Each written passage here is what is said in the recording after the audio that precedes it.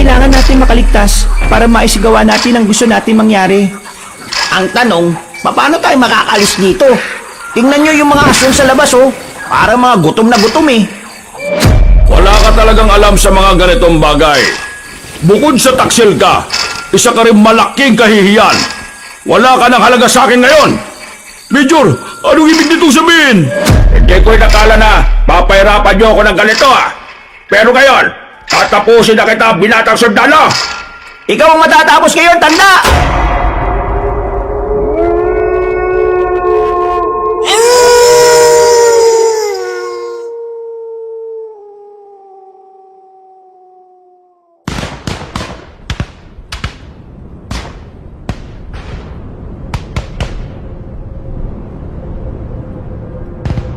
Alas 6 pa lamang ng umaga, maririnig na ang putukan ng baril sa baryo ng Makisig. Nagpapalitan na naman kasi ng putok ng baril ang dalawang angkan na matagal nang may alitan. Habang ang mga yun ay ginagawa ang makakaya para may malaga sa kabilang partido, ang mga tao naman ay walang ibang magawa kundi ang magtago sa ilalim ng kanilang mga lamesa. Ang ganitong uri ng sistema ay kinasanayan na ni Arman kahit na mag-iisang buwan pa lang siya sa baryo. Hindi naman kasi bago sa kanya ang putok ng baril. Madalas niya rin ito kasing naririnig sa kagubatan. At kahit siya mismo ay humahawak din ng baril kapag meron silang kalaban. Si Arman ay isang rebelde na pumunta sa kapatagan para magmanman. Trabaho niya maghatid ng impormasyon sa kanilang commander na si Ligaya. Halos isang buwan na niya itong ginagawa. Pero wala pa rin siyang makuhang impormasyon kung saan ang target nilang dukutin na opisyal ng kasundaluhan. Ito talaga mga De La Cruz at Carlos. Hindi pa nakakaubusan eh, no? Ang tagal na rin nilang ganyan eh. Paano ba sila bumaril? At parang wala namang tinatamaan kahit na isa. Mga ganyang tao, mga duwag yan. Magbabarilan pero nakatago. Kung totoong matatapang ang mga yan, dapat lumabas sila at magbarilan sila ng harapan. Tumigil na nga kayong dalawa. Baka mamaya may makarinig sa inyo dito at malaman kung ano tayo. Pabayaan nyo na yung mga yan na magpatayan. Wala namang kinalaman ng mga yan sa misyon natin eh. Nakaupo lang ang tatlo sa isang lamesa habang kumakain ng lugaw. Wala silang pakialam kung nagbabarilan ng dalawang angkan at kahit naroon pa sila sa bandang gitna. Kahit tinatawag na sila ng tindera, ay wala silang pakialam kung tamaan man sila o hindi. Wala naman silang nararamdamang takot. Base kasi sa kanilang pag-istima, mga hindi naman marunong umasinta ng matino ang mga nagbabarilan. Makalipas ang halos 10 minuto, ay natigil na rin ang putukan. Napatayo ang tatlo nang matanaw na nilang may dumating na mga pulis at mga kasama pang sundalo. Sisimplahan ko lang ng lapit. Titingnan ko kung nandun yung subject. Sige, mag-ingat ka. Wala kami magagawa kapag nahuli ka nila, ha? Ako pa ba? Ako yata ang pinakamagaling na espiya ng samahan. Sa sobrang galing mo, 6 na beses ka nang munti ka nang mamatay. Naglakad na palapit doon ang lalaking si Epi. Kampante naman ang dalawa na walang mangyayaring masama roon. Biyasa na kasi si Epi sa ganoong trabaho. Kahit na madalas na nalalagay sa alanganin ng buhay nito, ay nagagawan pa rin ito ng paraan. Magbayad ka na. Doon na lang natin hintayin si Epi. O sige, mauna ka na. Bakit? Anong gagawin mo? Susundan ko si Epi. Kung susunod ka, baka mamaya makahalata pa yung mga sundalong yan. Hindi naman ako lalapit talaga dun eh. Lalapit lang ako ng kaunti. Gusto ko lang din makita at mamukhaan yung mga sundalong yun. Ay nako, bahala ka. Kapag ikaw namatay dyan, huwag mo akong sisisihin ha. Oo naman no. Pero mumultuhin naman kita. Ngumisin na lang sa kanya ang babae. Nang makapagbayad na, agad na rin naglakad pa simple si Arman. Medyo malapit na siya sa mga pulis at sundalo na inaasikaso ang dalawang angkan na nagbabarilan. Wala roon ang hinahanap nilang opisyal. Dismayado si Arman, pero wala naman silang pwedeng gawin. Kabilin-bilinan sa kanila ni Commander Ligaya na hanggat hindi sila sinisimulan ng mga sundalo, hindi nila yon sasabayan. Umalis sa mga sundalo at pulis, bitbit ang mga De La Cruz at Carlos. Napalingon na lamang si Arman sa likuran nang tapikin na siya ni Epi sa balikat. Wala pre, negative. Mukha talagang hindi sila sinasamahan dito nung major na yun. Utay pa tayo ng tamang pagkakataon. Yung taong yun lang ang kailangan natin para mabawi si Commander Teves. Kailangan natin maging pasensyoso. Eh di, balik muna tayo sa bahay. Natatay na ako eh. Kakakain mo lang? Pambira naman yung tiyan mo na yan, oh. Napapailing na lamang si Arman. Umuwi na lamang din sila dahil wala na rin naman silang gagawin sa labas. Saktuhan lang ang laki ng bahay na kanilang tinutuluyan. Meron itong itaas pero para lamang yung kay Mariposa. Kasakasama na nila ang babae simula pa lang nung una. Pagpasok ni Arman sa loob ng bahay ay nakita niya kagad ang damit na nakasampay sa dingding. Ang damit na yon ay bigay sa kanya ng una nilang commander na si Teves. Napangiti siya. 4 na taon na rin kasi mula nang dakpi ng mga otoridad ang kanilang unang commander. Sumali kasi sa kilos protesta si Commander Teves. Nang magkandaleche-leche na, hinuli ang matandang lalaki. Pinahirapan, pinapaamin at ikinulong ng mahabang panahon. Samantalang ang ipinaglalaban lamang nila ay pataliskin ang mga nasa posisyon na walang ginawa kundi kulimbatin ang kaba ng bayan. Bukas pala ng umaga, aakyat muna ako ha.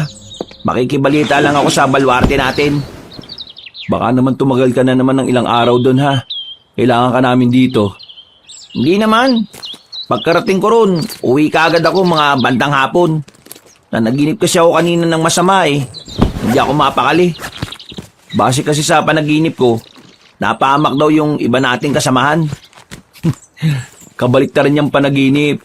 Kaya huwag kang magpapaniwala dyan. Kahit na, uwi pa rin ako sa atin. Mas maganda ng sigurado, no? Minsan, nakakatotoo ang panaginip. Ay sus, eto na naman tayo mga pangitain at kasabihan ni Mariposa. Palibasa kasi ikaw, hindi ka naniniwala eh. Pilosopo ka kasi. Wala naman kasing magandang paliwanag kung bakit kailangan nating maniwala sa mga panaginip. Dati nga nanaginip ako nagkaroon ka ng lawit. Nagkaroon ka ba ng lawit? Sira ulo ka talaga. Isusumbong kita kay Commander Ligaya pag akyat natin sa bundok eh. Ay nako, tumigil na nga kayong dalawa.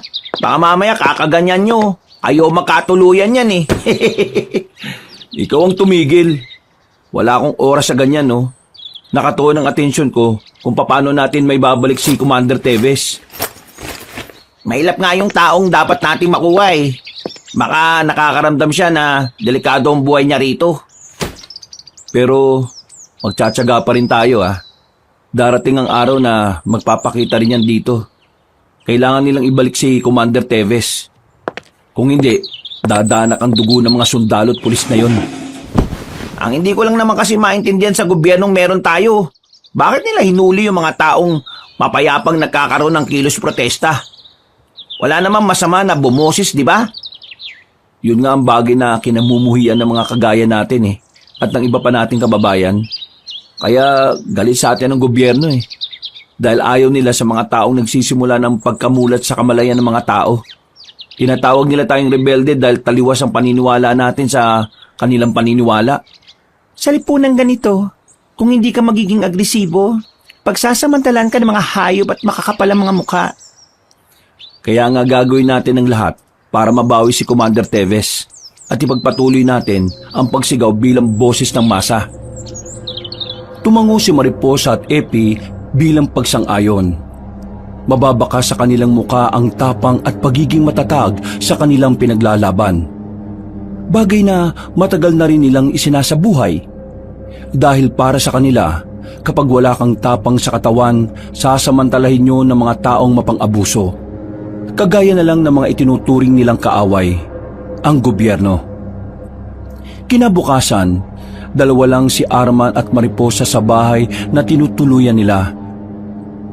Kailangan nilang magpanggap na mga normal na tao, kaya lumalabas-labas sila ng bahay. Hindi kasi sila maaring nasa loob lang. Maraming mga tsismosa sa lugar na yon. Baka kung ano pang kumalat na kwento at mapunta pa sa kanila ang atensyon ng mga otoridad. Anong oras na? Hindi pa rin nakakabalik yung siraulo ah. Baka kung saan-saan na naman dumaan. Arman! Mariposa! Oh, bakit ka sumisigaw? Binagsak mo pa yung pinto. May masamang balita! Ha? Anong masamang balita na naman yan? Tumigil ka sa mga ganyang biro mo ah. Baka putokan kita ngayon. Hindi ako nagbibiro. Totoong sinabi ko sa inyo.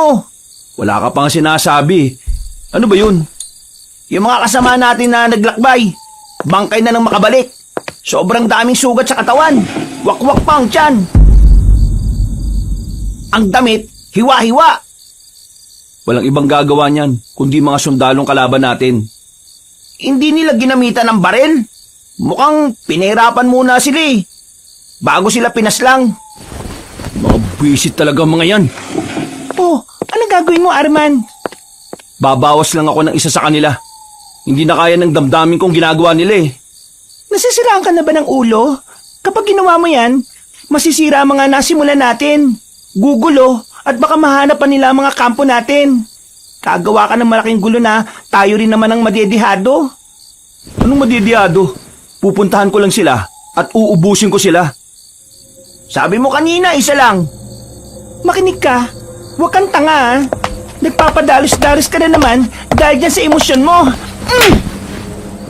Tila naulog ang ulo ni Arman sa sampal na ginawa ni Mariposa. Natameme ito at napaupo sa gilid. Napahawak na lamang ito sa pisngi. Huwag ka nga maging isip bata. Hindi to tungkol sa damdamin mo ha.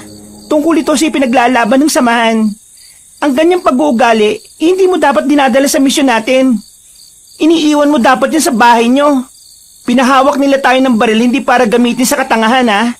Pinahawak nila tayo ng baril para protektahan ang karapatan at ang buhay natin. Tama si Mariposa, pre. Kumalma ka lang. Binalita ko lang naman ang nalalaman ko eh. Anong sabi ni Commander Ligaya? Pinababalik niya tayo pansamantala sa kampo ngayong gabi. Kailangan niya raw tayo makausap. Delikado. Nagkakalat ang military sa baryong ito eh. At sa ibang baryo din. May mga gumagala din sa gubat. Kapag nakita nila tayo, iisipin agad nila na rebelde tayo. Iwan natin ang mga baril natin. Pumayag na lamang si Arman sa suwestyon ni Mariposa. Itinago nila na maayos ang kanilang mga armas at saka lumabas ng bahay. Ang tanging dala lamang nila nung mga sandaling yon ay ang malaking lampara na nagsisilbi nilang ilaw. Pre, napapaisip din ako eh. Paano kung hindi pala mga taong gumawa nun sa mga kasamahan natin? Ha? Pinagsasasabi mo? Ano sa tingin mo gumawa sa kanila nun? Alien? Kasi pre, isipin mo na lang ah. Kung mga sundalo nga ang pumaslang, bakit? Parang gusto mong linisin ang pangalan nila. Wala naman tayong ibang kalaban sa gubat, kundi mga sundalo o pulis. Hindi naman sa nililinis ko ang pangalan nila, pre. Ang akin lang naman, napaka-brutal kasi ng ginawa sa mga kasamaan natin. Kasi kung ako sundalo, uhulihin ko mga yun, dadalhin sa kampo at iimbestigahan. Kasi sabi daw ng isa nating kasama na naghihingalo, bago daw siya nalugutan ng hininga, nasabi niya na hindi sila nakapagdala ng baril kaya hindi sila nakalaban. Kung wala silang dalang baril, paano malalaman ng mga sundalo na rebelde sila? May punto nga si Epi. Pero malabo pa ang lahat kaya walang saysay kung magtatalo tayo. Ang mabuti pa, bilisan na lang natin ang paglalakad para makaakyat kagad tayo. Nanahimik ang dalawang lalaki ng mga sandaling yon. Sa kanilang pagpapatuloy, kinabahan sila ng matanaw na may paparating na truck ng mga sundalo. Napagilid sila sa kalsada at napayuko. Buong akala nila ay lalagpasan lang sila ng mga yon. Pero nadagdagan ng kanilang kaba. Nang biglang tumigil ang sasakyan at bumaba mula roon ang isang lalaki na parang kasing edad lamang nila. Magandang gabi sa inyo. Nagro-ronda kami para bantayan ang area. Pwede ko bang malaman kung saan ang punta ninyo at anong pangalan ninyo? Nagkatinginan ng tatlo. Napasarado na ang kamao ni Arman ng mga sandaling yon. Nanggigigil siya kapag nakakakita siya ng sundalo sa harapan niya. Pero pinilit niyang ikalma ang sarili niya. Magandang gabi din po. Ako po si Marie. Ito naman po si Armando. Ito naman po si Epeng. Galing po kami sa isang kaibigan. Wala na po kaming masakyan kaya naglalakad kami. Saan ba punta ninyo? Pauwi na rin po. Sumabay na kayo sa amin. Total pabalik na rin kami. Ay, hindi na po sir. Nakakaya naman po. Kaya naman po namin maglakad. Isa pa, malapit na rin naman po eh. Sigurado ba kayo? Baka mamaya mapahama kayo. May mga naglilipa na pa naman ng mga rebelde na nangunguha ng tao at gagawin nilang kaisa sa kanila. Ay, ganun po ba? Pero ayos lang po talaga. Alam ko din naman na pagod na din kayo sa maghapong trabaho ninyo. Sigurado ka ha? Opo sir. O sige, tutuloy na kami. Ngumiti pa ang binatang sarhento sa babae. Napangiti na lang din si Mariposa. Nang makali sa mga yon, ay kaagad na tinapik ni Epi sa balikat ang dalaga. Uy, wag mong sabihin na type mo yung sundalo na yon ha. Baka nakakalimot ka. Sila kalaban natin. Ha? Ano pinagsasasabi mo? Kung makangiti ka, wagas Ginawa ko lang yon dahil kailangang hindi sila makahalata. Ano bang pinag-iisip nyo? Mga siraulo? Naniniguro lang kami. Isang malaking kasalanan ang gagawin mo kapag nagmahal ka na kagaya nila. Walang kahit na sino sa inyo ang pwedeng magdikta sa akin kung sino ang gusto kong mahalin ha. Uy, kalma.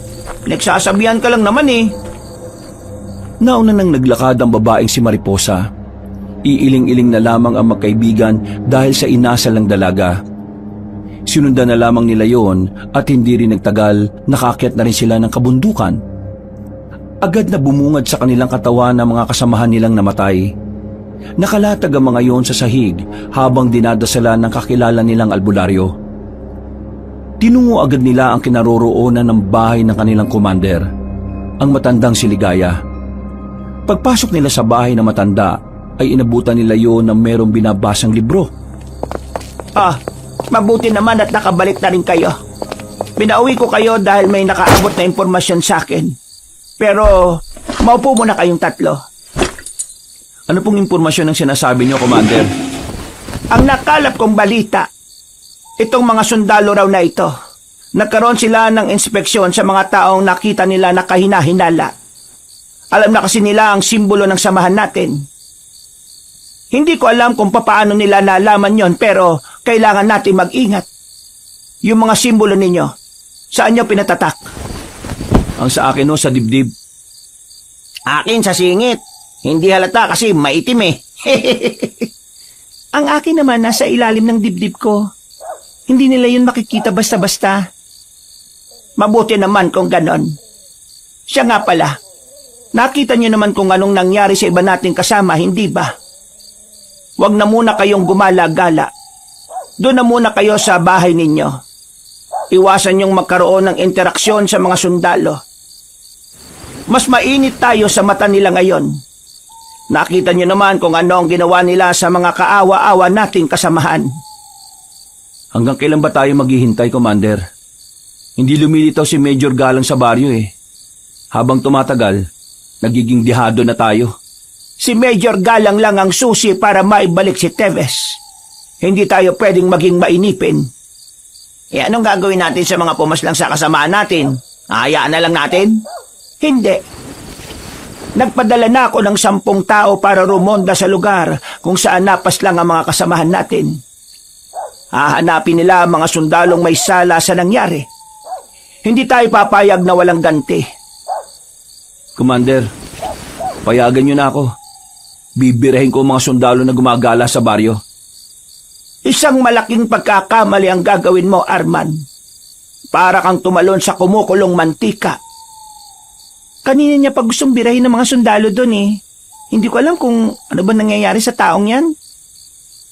Wala tayong gagawin sa mga sundalo ng baryo. Kapag ginalaw natin sila, baka mas lalong mawalan tayo ng tsansa na makuha si Major Galang. Kaya, ikalma mo ang kalooban mo, Arman. Lahat tayo dito ay nagalit at nasaktan dahil sa brutal na pagpatay sa mga kasama natin. Ano na bang balak bukod sa maghintay na lang? Mananatiling pareho ang ating mga plano. Maghintay. Bakit pa kami bumalik dito kung yan lang pala ang maririnig namin? Pre, kalma. Meron akong ibibigay sa inyo. Inilabas ni Commander Ligaya ang mga larawan ng mga sundalong kailangan nilang asikasuhin. Inilapag nito yon sa lamesa at inisa-isang ipinakilala. Teka, ito yung nakausap namin kanina.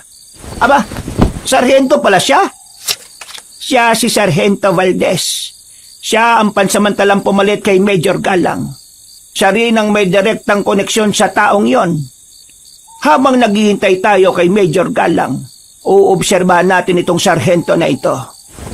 Kukuha tayo ng tamang pagkakataon para kunin siya at piliting magsalita kung nasaan ang major nila. Mag-iingat din kayo sa ibang nandito sa larawan. May mga koneksyon din sila kay Major at mahuhusay din silang mga sundalo. Tumango na lamang ang tatlo. Kahit na papaano ay nakaramdam ng pananabik si Arman sa bago nilang gagawin. Bagot na kasi siya sa paghihintay. Gusto na niyang gumawa ng kahit na anong pagkilos. Nang makauwi na sila sa kanilang bahay, ay agad silang nag-isip kung papaano sila makakalapit sa sundalong si Valdez. Pagpanggap kaya tayong sundalo rin? Tingin mo ba, hindi niya kabisado lahat ng sundalong nasa area natin? Meron ako naisip na paraan. Ano? Para mapalapit kay Sargento, kailangan ko siyang landiin. Ha? Ano sabi mo dyan? Anong klaseng plano yan? Yun lang ang nakikita kong paraan na hindi siya maghihinala. Ang sabihin mo, type mo lang yung sundalong yon. Gagawa ka pa ng dahilan. Agad na nagsalubong ang kilay ni Mariposa nang marinig ang sinabing yun ni Arman. Otomatikong umalma ang kalooban ng dalaga. Hindi nito matanggap na ganun ang iniisip sa kanya ng dalawa niyang kasama. Ano tingin niyo sa akin, malandi? Nasa gitna ng misyon natin, gugustuhin ko makipaglandian sa mga taong dapat ay kaaway natin? Ganun ba tingin niyo sa akin? Ganun niyo ba ako nakilala? Ito kasi si Arman eh. Yan, nagalit tuloy. Naninigurado lang tayo na hindi yun makakaapekto sa misyon natin. Ang mahirap kasi sa'yo, Arman. Wala ka naman masabing magandang paraan eh. Kokontra ka pa talaga. Hindi naman ikaw ang gagawa. Makikisama ka na lang. Kung makapagsalita ka, parang wala akong inambag sa misyon na to ah. Baka nakakalimutan mong ako lahat nakatuklas sa mga kuta ng military ng mga nakaraang buwan. Ano naman? Hindi naman natin nagamit yung mga yon kasi dito na tayo na malagi. Tama na nga yan. Magsusumbatan pa kayong dalawa. Wala naman tayo mapapala sa ganyan eh. Ayusin nyo kasi mga utak nyo. Kung wala naman kayong masasabing matino tumahimik na lang kayo. Pumasok na lamang sa loob ng bahay ang babaeng si Mariposa. Napabuntong hininga na lamang ang lalaking si Arman. Sa uli ay napagtanto niyang mali rin ang kanyang mga nasabi. Yaman na muna. Ganun lang talaga ang mga babae. Hindi normal na babae si Mariposa. Mag-sorry ka mamaya. Ha? Bakit ako? Ikaw ang kasagutan niya eh. Ikaw na magsabi ng sorry. Magpapahinga na ako. Nauna nang pumasok si Arman at nagtungo sa sarili nitong silid. Wala pang kalahating oras ay nakatulog na rin siya. Kinabukasan ng umaga ay kalmado na rin silang lahat. Napag-usapan na nila ang kanilang gagawin. Pumayag na rin ang dalawang lalaki sa naiisip ni Mariposa na paraan para mapalapit kay Sargento Valdez. Lumabas ng bahay si Mariposa. Maikli ng bahagya ang suot nito para mas madali siyang mapansin. Patungo yun sa headquarters ng mga military na nasa loob lang din naman ng kanilang baryo. Sigurado bang hindi na natin siya kailangan bantayan? Baka mabastos yun ng mga sundalo. Matalino babae sa Mariposa. May tiwala akong kakayanin na niyang mag-isa yon. Tayo, anong gagawin natin? Di balik sa normal na buhay. Sumama ka sa akin sa gubat. Maghanap tayo ulit ng mga tuyong kahoy para gawing uling. O sige, tara na. Kailangan nilang gawin yun dahil yun ang nakikita sa kanila ng mga tao. Pagbebenta ng uling ang pinakilala nila sa mga residente bilang kanilang trabaho. Kaya Ilang minuto lang ang nakalipas, lumabas na rin sila ng bahay dala ang mga sako na kanilang paglalagyan. Pre, tingnan mo. Ang alin? Ito oh. Itong katawan ng puno. Oh, anong meron dyan? Hindi mo ba nakikita? Ito oh. Oh, ano ngang meron? May mahabang hiwa. Yun, dun oh. May hiwa din. Parang malaking kalmot eh. Oy, ano naman? Wala lang. Inisip ko lang na baka may mabangis na nilalang dito sa gubat na gumawa niyan. Mas maniniwala pa akong maraming buwaya sa Maynila kaysa dyan sa sinasabi mo. Pero paano kung totoo ngang may ano? Ano? Wag na. Hindi ka naman maniniwala eh. Ano nga? Pabitin pa eh.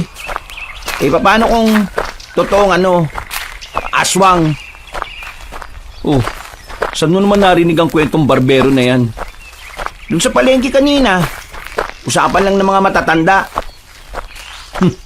Matatanda na sila. Malalakas ang imahinasyon nila kaya hindi ka dapat nagpapaniwala, no? Ang tagal na natin pag-alagala sa gubat eh. Pero wala naman tayo nakikita mga aswang. Kahit nga mga bakas lang, wala eh. Kaya walang ganun, no? Pa na lang ng mga tuyong kahoy para matuwa naman ako sa'yo. Hindi yung kung ano-ano mga pinagsasabi mo. Biglang napatigil si Arman sa pagsasalita nang meron siyang nakitang katawan ng isang sundalo na nakahandusay sa likuran ng puno. Agad siyang napalingon sa paligid. Sinusuri niya kung bukod sa kanila ay meron pang ibang naroon. Uy, anong problema? Tingnan mo pare oh, may bangkay ng sundalo. Gaagi, anong nangyari dyan? Tingnan mo yung pagkakadapa niya. Ang daming dugo sa ilalim. Pre, nilalangaw yung ano. Pre, labas bituke. Parang ano, parang winakwak yung tiyan niya, pre. Nagtindigan ng balahibo ni Arman ng mga sandaling yon. Sanay naman siya sa mga bangkay ng tao, pero hindi niya alam kung bakit tila kakaiba ang epekto nun sa kanya. Para bang may kababalagan siyang nararamdaman. Masyadong mahiwaga. Sandali nilang sinuri ang bangkay. Nakumpirma nga nilang kasamaan nga yun ng mga sundalo na nakadistino sa kanilang lugar. Bago pa may ibang makakita, nagdesisyon si Arman na lisanin na nila ang area na yun. Maaari kasing sila ang mapagbintangan kapag sila ang naabutang naroon. Alam kaya nila na ganun ang nangyari sa kasamaan nila? Hindi natin sigurado. Pero ang mahalaga, wala na tayo ron. Ang iniisip ko lang sino kayang pumaslang sa sundalong yun? Bukod sa atin, may iba pa bang mga may galit sa kanila? Yan ang aalamin natin. Pero pre, hindi ka ba napapaisip? Napapaisip saan? Pre, ganun na ganun din yung kinamatay ng mga kasamahan natin. Maraming kalmot tapos nakabuka yung tiyan. Ano ngayon? Palagay ko, iisa lang ang pumaslang sa kanila. Ha? Paano mo nasabi? Sige nga. Paano kung may aswang nga talaga sa gubat at sila nga yung pumapaslang sa mga kasama natin at sa sundalong yon? Ay nako, itigil mo na nga yan. Wala tayong ganyang paniniwala sa samahan, no? Mag-focus ka sa misyon natin. Aswang-aswang ka pang nalalaman dyan. O sige nga, paano mo ipapaliwanag yung nangyari sa mga kasama natin at doon sa sundalong nakita natin ngayon? Hindi nakasagot si Arman. Maging siya kasi ay napapaisip din. Pero kahit na ganon, hindi pa rin niya nakumbinsi ang kanyang sarili na totoo nga ang mga aswang. Pinagpatuloy na lamang nila ang pagkuha ng mga tuyong kahoy. Nang mapuno na nila ang tig-isang sako, ay agad na rin silang bumalik ng kanilang baryo. Ilang oras lang ang nakalipas, meron ng ibang nakakita sa bangkay ng isang sundalo. At dahil naman dito, mabilis na kumalat ang balita sa buong lugar. Nakarating na rin yun sa headquarters ng mga sundalo. Habang nagbabalot ng uling ng dalawang binata, ay dumating na rin si Mariposa. Base sa mukha nito ay dismayado ito ng bahagya. Oh, bakit ganyan ang mukha mo? Anong balita? Oh, baka mamaya magsagutan na naman kayo ha. Maakit ko na sana siya kaso bigla silang naalarma. May nakarating na impormasyon sa kanila na may isa sa mga kasama nilang pinatay. At walang ibang pinagbibintangan kundi mga rebelde. Alam na namin ang tungkol dyan. Sa katunayan, kami ang unang nakakita niya sa gubat. Sa narinig ko, brutal daw ang pagkakapatay eh. Hindi naman tayo ganun magtrabaho, di ba? Isang bala lang sapat na. Pero yung bangkay, halos magkandalasog-lasog na raw. Malakas talaga. Oo, tigil mo yan ha. Hindi yan ang gusto ko marinig. Ha? Ano ba yon? Ito kasing si Epi, puro aswang ang sinasabi. Nakakairita na. Sabay-sabay silang napalingon sa labas nang marinig nila ang yabag ng paa ng mga sundalo. Nakaalarma ang mga yun. Kumalat ang military sa kanilang baryo at nagkaroon pa ng mandatory checking sa mga bahay ng mga taga roon. Nang nasa kanila na ang military para magsuri, hindi maiwasan ni Arman na hindi kabahan. Sa oras kasi na makita ng mga yun ang tinatago nila mga baril, tapos na ang kanilang buhay. Kaya naman walang humpay ang panalangin ni Arman sa kanyang isip na sana walang makita mga militar. Sarento? Ano ba nangyayari? Bakit kailangan yung tingnan ng bawat bahay sa baryo? Meron kaming hinahanap na masasamang tao eh. Kailangan namin silang mahuli bago pa sila makagawa ng mas makasalanang gawain. Sinabi ko naman kasi sa iyo eh. Wala rito ang hinahanap nyo. Kaano-ano mo yung dalawang lalaking yan? Ito si Armando, pinsan ko po. Ito naman po si Epeng, pinsan ko rin po. Ah, ganun ba? Sir, ano pong nangyari? Narinig po namin kanina sa usap-usapan. May isa raw po sa kasama ninyong natagpo ang wala ng buhay. Hindi kami pwede maglabas ng info sa ibang tao na hindi parte ng organisasyon. Pero iniimbestigahan na namin ang nangyari at sinisimula namin yon sa pag-inspeksyon sa mga bahay. Kung sakaling meron kayong makitang tao na kahinahinala, sabihin nyo kaagad sa amin ha. Sir, kailan ka libre? Gusto ko sanang yayain ka na kumain sa labas eh. Ha? Ano kasi, wala pa akong libreng oras. Pasensya na ha. Sayang naman. Ang pogi mo pa naman. Gustong masok ka ni Arman sa mga naririnig niyang sinasabi ni Mariposa. Hindi kasi siya sanay na ganun ang dalaga. Nakilala niya yun bilang mainhin na babae. O sige, tapos na kami mag-inspeksyon.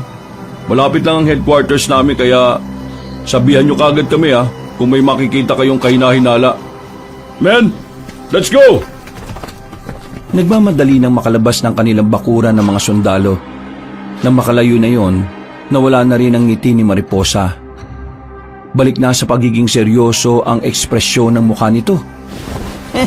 Ang galing mong umarte, Mariposa. Nakita niyo naman kung paanong tablan sa akin ng sundalong yun, di ba? Kaunting-kaunti na lang. Magbibitaw na rin sa akin ng mga impormasyon ng lalaking yon. Isang linggo pa ang nakalipas. Wala namang bago sa kanilang routine. Ginagawa pa rin nila ang pagbebenta ng uling bilang panakipbutas sa kanilang tunay na katauhan. Habang si Mariposa naman ay unti-unti nang nakukuha ang loob ng lalaking si Valdez. Pero sa kabila ng pagkakaroon ng magandang progreso sa kanilang ginagawa, parami naman ang parami ang mga natatagpuang bangkay sa kagubatan. Pati mga sibilyan ay damay na rin. Ang iniisip ng mga military ay kagagawan nyo ng mga rebelde. Sila ang nadidiin sa mga pagpatay kahit wala rin naman silang kaalam-alam sa ganoong bagay. Kaya naman, naging mas mainit sila sa mata ng mga militar. Mas lumiit ang mundo nila pagdating sa kagubatan. Dahil base sa huli nilang pagkakaalam, dumami ang mga sundalo na gumagala sa mga kagubatan para hanapin ang mga rebeldeng kagaya nila. Pre, mukhang delikado mga buhay natin ngayon. Ang dami nila. Mas dumami sila kumpara nung una eh. Mas maganda ngang maalarma sila eh. Baka kapag nataranta sila sa mga nangyayari, saka naman magpakita yung major nila. Anong mas maganda? Ang hirap gumalaw. Ang hirap magpanggap na normal na tao. Anong mahirap? Huwag ka lang magdala ng baril, normal na tao ka na. Tingnan mo mukha mo, di ka nga mukhang makabasag pinggan eh. O si Mariposa, ayan na oh. Oh, kumusta? Anong nalaman mo? Si Major Galang, darating mamayang gabi. Manggagaling sila sa Barrio San Diego. Malamang, dadaan sila sa kalsada ng Remedios. Kailangan malaman nito ni Commander Ligaya. O sige, ako nang uuwi para ipaalam sa kanila. Hindi, ako na. Ako na! Ang tagal mo makabalik palagi eh. Kaya ako na. Pabayaan mo na si Mariposa. Dito ka sa akin. Kailangan kita ngayon, Epi. Nung gabing yun ay umalis si Mariposa ng baryo. Naiwan naman ng dalawang lalaki sa bahay nila. Kagaya ng sinabi sa kanila ni Commander Ligaya, hindi sila lumalayo ng kanilang bahay para makaiwas sa pagdududa. Oh, saan ka pupunta? Lalabas, bibili ng katol. Malamok ngayon eh. Buti naisipan mo. Tinatamad kasi ako ngayon lumabas kaya ikaw na lang. Pang sa akin lang yung bibiling ko, no? Uy, gara mo naman. Bahala ka. Tahimik na ang kapaligiran ng lumabas ang binatang si Arman. Meron siyang dalang maliit na kutsilyo na nakasuksok sa tagiliran. Nang matanong na niya ang tindahan, nakita niya roon ang sundalong si Sargento Valdez. Wala naman siyang balak sanang kausapin ng lalaking yon, pero ang sundalo mismo ang nagsimulang kumausap sa kanya. Oh, ikaw yung pinsan ni Mariposa, di ba? Bakit nasa labas ka pa? Hindi mo ba nabalita na meron tayong curfew? Mabuti na lang at wala pa si Major Galang. Nako, kapag nakita ka noon, dadamputin ka talaga. Pero dahil naman ako ang nakakita sa'yo, ayos lang yan. Akong bahala sa'yo. Bibili ka lang naman, di ba? Yes sir. Ang dami kasing lamok eh. Kailangan ko ng katol. Kung sa bagay, doon din sa headquarters, ang daming lamok eh. Ikaw si Armando, di ba? Yes sir. Bakit sir? Kapangalan mo kasi yung lolo ko eh. Sundalo rin siya. Magre-retiro na sana siya kaso namatay siya sa ambush. Kalaban nila mga rebelde eh. Pero alam mo bang kahit napatay siya ng mga rebelde, nakangiti pa siya? Bakit naman sir? Ang sabi kasi ng lolo ko, masaya siyang mamamatay kung sa labanan siya mamamatay. Ayaw niyang mamatay sa sakit eh. O di ba? Para siyang siraulo. Pero kahit na ganun, doon kuminana sa kanya yung pagiging maunawain sa loobin ng mga rebelde. Sinasabi niyo ba sir na naiintindihan niyo ang pinaglalaban ng mga rebelde? Naiintindihan ko kung ipapaintindi sa akin na maayos. Itong mga rebelde na kumakalaban sa amin, sinusubukan namin silang kausapin pero bago kami makalapit, nagpapaputok kagad. Sa totoo lang, hindi ako galit sa mga rebelde eh. Wala akong sama ng loob sa kanila. Kaya gumagamit ng dahas sa mga rebelde ay dahil desperado na silang mapakinggan. Bago sila naging marahas, naging mahinahon muna sila ng mahabang panahon. Ang ibig ko sabihin, napunot na ipon ng sama ng loob nila kaya sila ganun. Sa pananaw niyo, masasama ba ang mga rebelde? Iba-iba naman ang mga rebelde. May masama, may mabuti. Nagiging masama ang mga rebelde kapag ang pinaglalaban nila makakasira sa nakararami. Mabuti ang mga rebelde kung ang pinaglalaban nila ay para sa pagbabago at ikaunlad ng kanilang buhay at ng mas maraming Pilipino. Ganyan palang pananaw niyo sa kanila? Bakit? Mali ba ako? Hindi. Hindi lang ako makapaniwala na may kagaya mo na ganyan na kaisipan. Kadalasan kasi sa mga naririnig ko, galit sila sa mga rebelde. Ang tingin nila sa mga rebelde, terorista, masasamang tao, mga salot at anay ng lipunan. Hindi ko kinakampihan ng mga rebelde ah. Ang puso ko'y para sa bayan. Ang mamamayan ang pinoprotektahan ko. At ang mga rebelde ay parte rin ng mamamayan na dapat pinapakinggan ang mga hinaing. Hanggat may mga paraan para maayos ang mga gusot, yun ang palagi kong iniisip. At kung sakali mang ang mga rebelde ay nakakaperwisyo at marami nang nadadami na inosenteng buhay, wala kami magagawa kundi ang gawin ang trabaho namin. Sir, pwede ba ako magtanong? Pero wag sana ninyong mamasamain ha. Pwede naman. Maganda nga usapan natin eh. Bakit mas pinoprotektahan niyo ang mga politikong kurakot kaysa sa mga mamamayang ninanakawan nila? Maganda tanong mo ah. Tinanong na rin sa akin yan ng mga nakakausap kong tao na galit sa amin. Pero, sige, sasagutin ko para alam mo at maintindihan mo rin. Hindi namin sila pinoprotektahan. Pinoprotektahan namin ay ang kapayapaan. Kung iisipin mo lang ng mas malalim, ang pagpigil namin sa mga dahas na banta ng gobyerno direktang pumapabor sa mga pangkaraniwang tao. Kung hahayaan namin ang mga mamamayan na gumawa ng kaguluhan dahil sa galit nila sa mga nakaupo, sa bandang uli, ang mga mahihirap na mamamayan lang din ang talo. Bakit? Dahil ang mga tao ang nasa lansangan at ang mga nasa posisyon nasa loob lamang ng mga opisina nila. Ay sinong kawawa? Kami, ang mga tao. Tayo mga pangkaraniwang Pilipino lang. Gagawin namin ang tungkuling sinumpaan at gagawin nyo rin naman ang pinaglalaban nyo sa kahit na anong paraan. Tayo magkakasakitan. Sila, nanonood lang. Kaya, hindi namin sila pinoprotektahan Ang masakit na katotohanan lang, wala kaming kapangyarihan kalabanin sila dahil meron din kami mga pamilyang inaalagaan. Pero ang mga taong nagpoprotesta sa lansangan, di ba may mga pamilya rin silang iniwan para ipaglaban ang karapatan at hustisya? Kung sakali mamatay sila dahil sa pakikibaka nila, may iwan din ang pamilya nila. Sir, kung ang isang mambabalot na kayang iwan ng pamilya para sa bayan, bakit kayo mga may hawak na armas, hindi nyo kayang gawin yon? Dahil nga, meron kaming sinumpaang tungkulin At ang sinumpaang tungkulin yon ay para sa bayan at hindi para sa mga nakaupo sa posisyon. Ang tungkulin nyo ay protektahan ng mga Pilipino. Kaya hindi ko maintindihan kung bakit ayaw nyong makisa sa mga taong nakikipaglaban sa katiwalian. Bakit nyo sila inaharang sa daan? Dahil kung sakaling mawala ang kapayapaan, mas maraming buhay ang mawawala. Hindi porke nasa lansangan kami para pigilan sila hindi na nila kami kaisa. Kasama nila kami sa laban. Kung biktima sila ng katiwalian, kami rin. Biktima rin pala kayo ng katiwalian Bakit ayaw nyong sumama sa boses ng masa? Kagaya nga na sinabi ko, meron kaming tungkulin na di hubarin nyo yung mga uniforme ninyo at maging pangkaraniwang mamamayang kagaya nila. Hindi mo ko naiintindihan Mukhang hindi nyo rin ako naiintindihan, sir.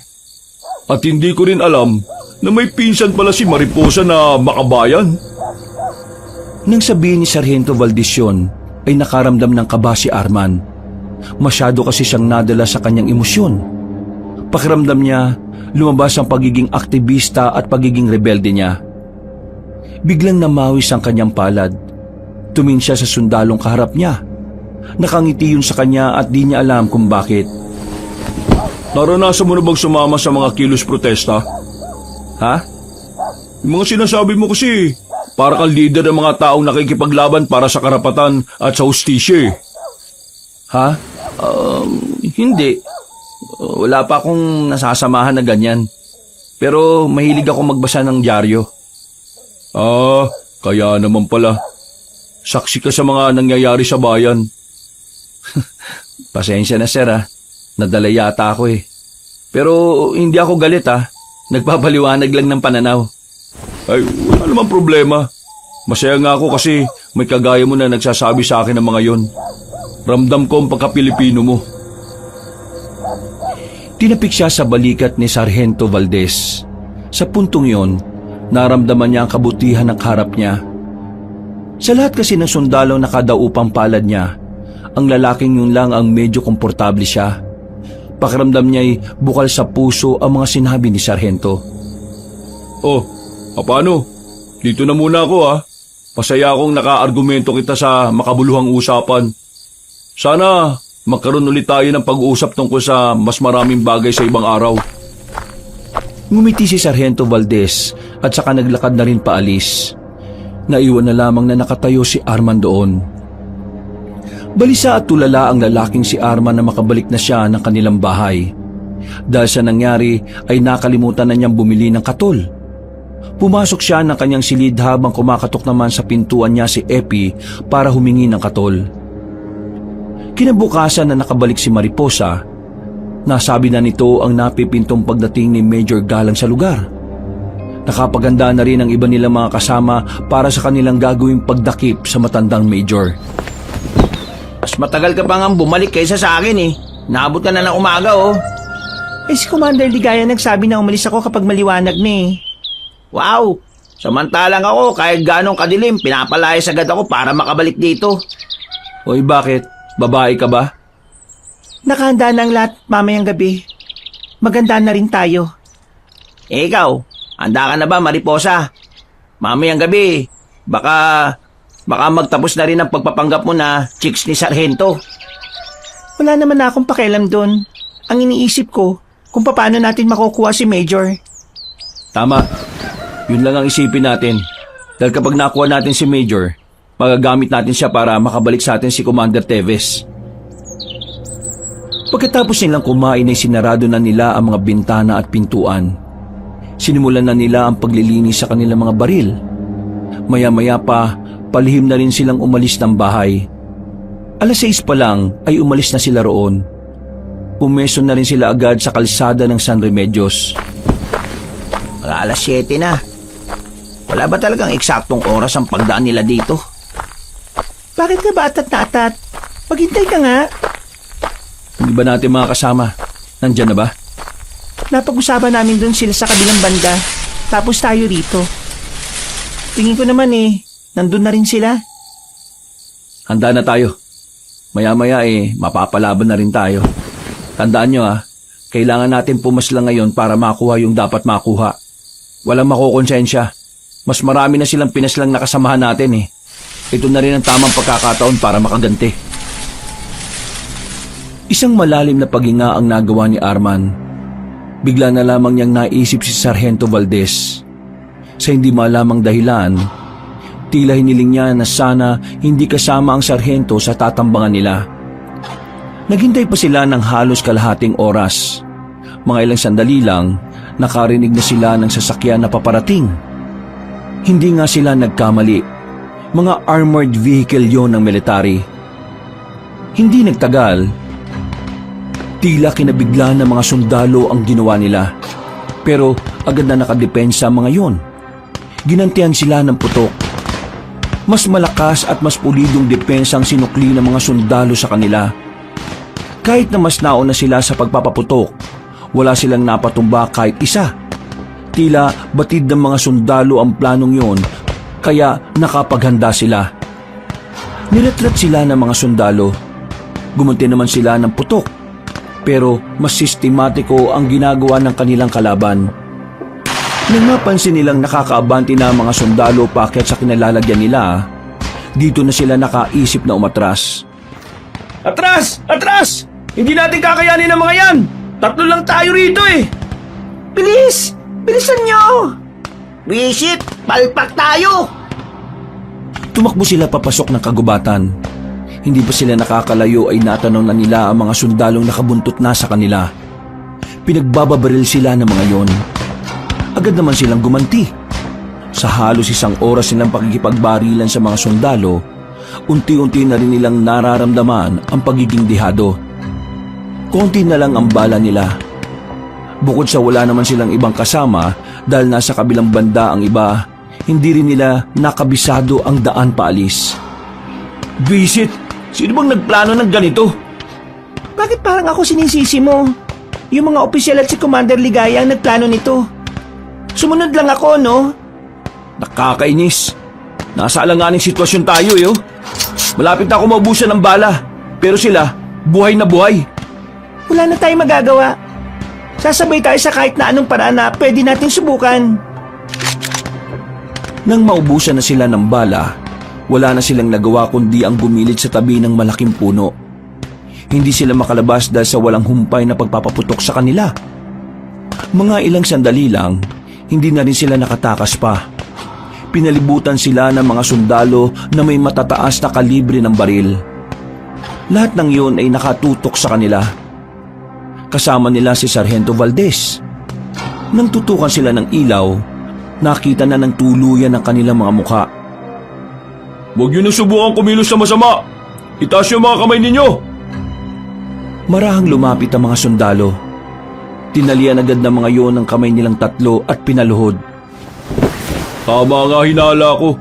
Mga rebelde kayo. Alam mo na ang katauhan namin? Nung bigla kang lumapit sa akin, nagsagawa na ako ng obserbasyon sa'yo. May mga tao kong pinakilos para alamin kung sino kayong 3. Dahil wala kami makuhang matinong record sa pamunuan ng barangay tungkol sa inyo, nagsimula na akong maginala sa katauhan ninyo. Alam mo ng mga rebelde kami nung nakausap tayong dalawa? Oo, alam ko na yun. At ginamit ko yung para malaman ang hinaing mo bilang parte ng kilusan. Manluloko ka rin pala kagaya ng mga ibang sundalo at pulis. Hindi kita niloko. Nagpakatao ako nang pinakinggan ko ang hinaing mo. At kahit na alam ko na kung sino ka, hindi kita kaagad hinuli. Kasi gusto kong huhulihin kita kapag suot mo na ang damit ng pagiging rebelde at hindi ang pagiging pangkaraniwang tao. Mukhang mabait ka naman pala eh. Eh di palayain mo na lang kami. Hindi pwede. Meron kayong paglabag sa batas at kailangan yung pagbayaran yun. Ang sabihin mo, tuta kayo ng gobyerno. Wala kayong ibang kayang gawin kundi sundin ang mga utos nila. Hindi nyo ginagamit ang mga utak nyo eh. Para kayong mga aso na kapag inutusan ng amo kung sino ang kakagatin eh, kakagat talaga. Wala kang pinagkaiba sa mga tiwaling hindi mo ko kilala. Wala kang karapatang husgahan ng dangal ko bilang alagad ng batas. Dapat magpasalamat pa kayo sa akin eh. Kung si Major Galang ang nakahuli sa inyo, kanina pa dumanak ang dugo ninyo. Eh bakit hindi mo pa kami patayin? Kasi papahirapan nyo muna kami para umamin kami ano? Oo, kailangan pa namin makuha ang mga nalalaman ninyo.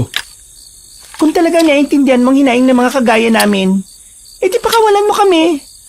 Pasensya ka na, Mariposa. Ginagawa ko lang ang trabaho ko.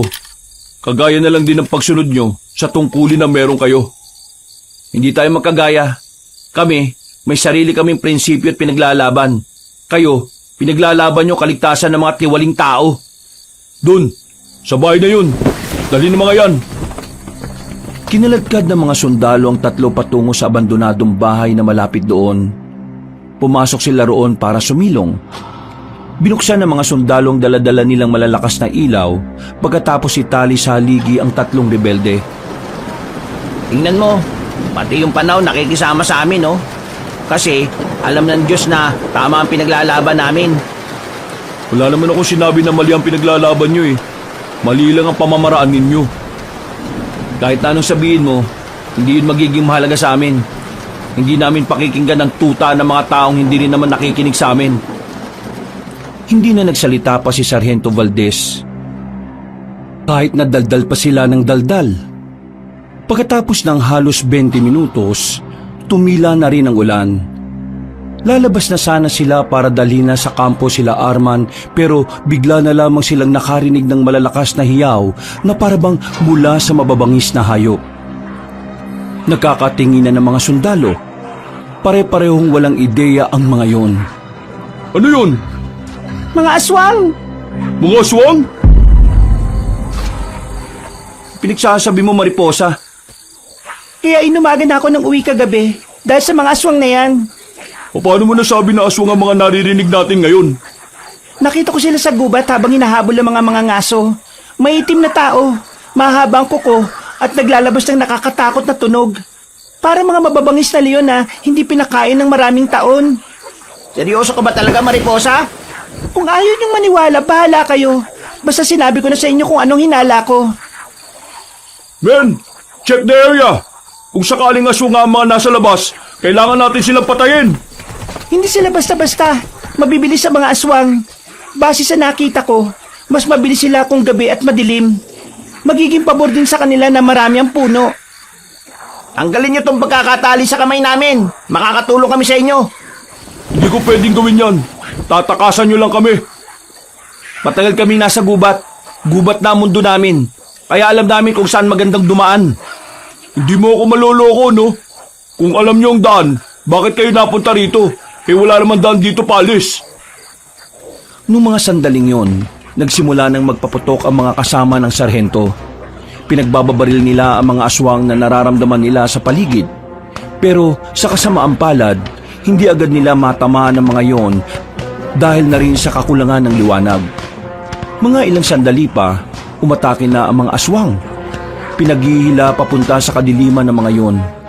Nilapag, nilantakan at parabang ginawang hapunan. Walang natira sa mga kasamahan ni Sargento Valdez. Hindi ito makapaniwala. Kahit si Arman na hindi naniniwala sa mga aswang ay namawis ang palad at noo dahil sa kaba. Mabilis na sinara ni Sargento Valdez ang pintuan. Wala itong nagawa kundi ang pakinggan na lamang ang mga kasamahan nito na nilalapa ng mabangis na nilalang. Uy! Tanggalin mo na to!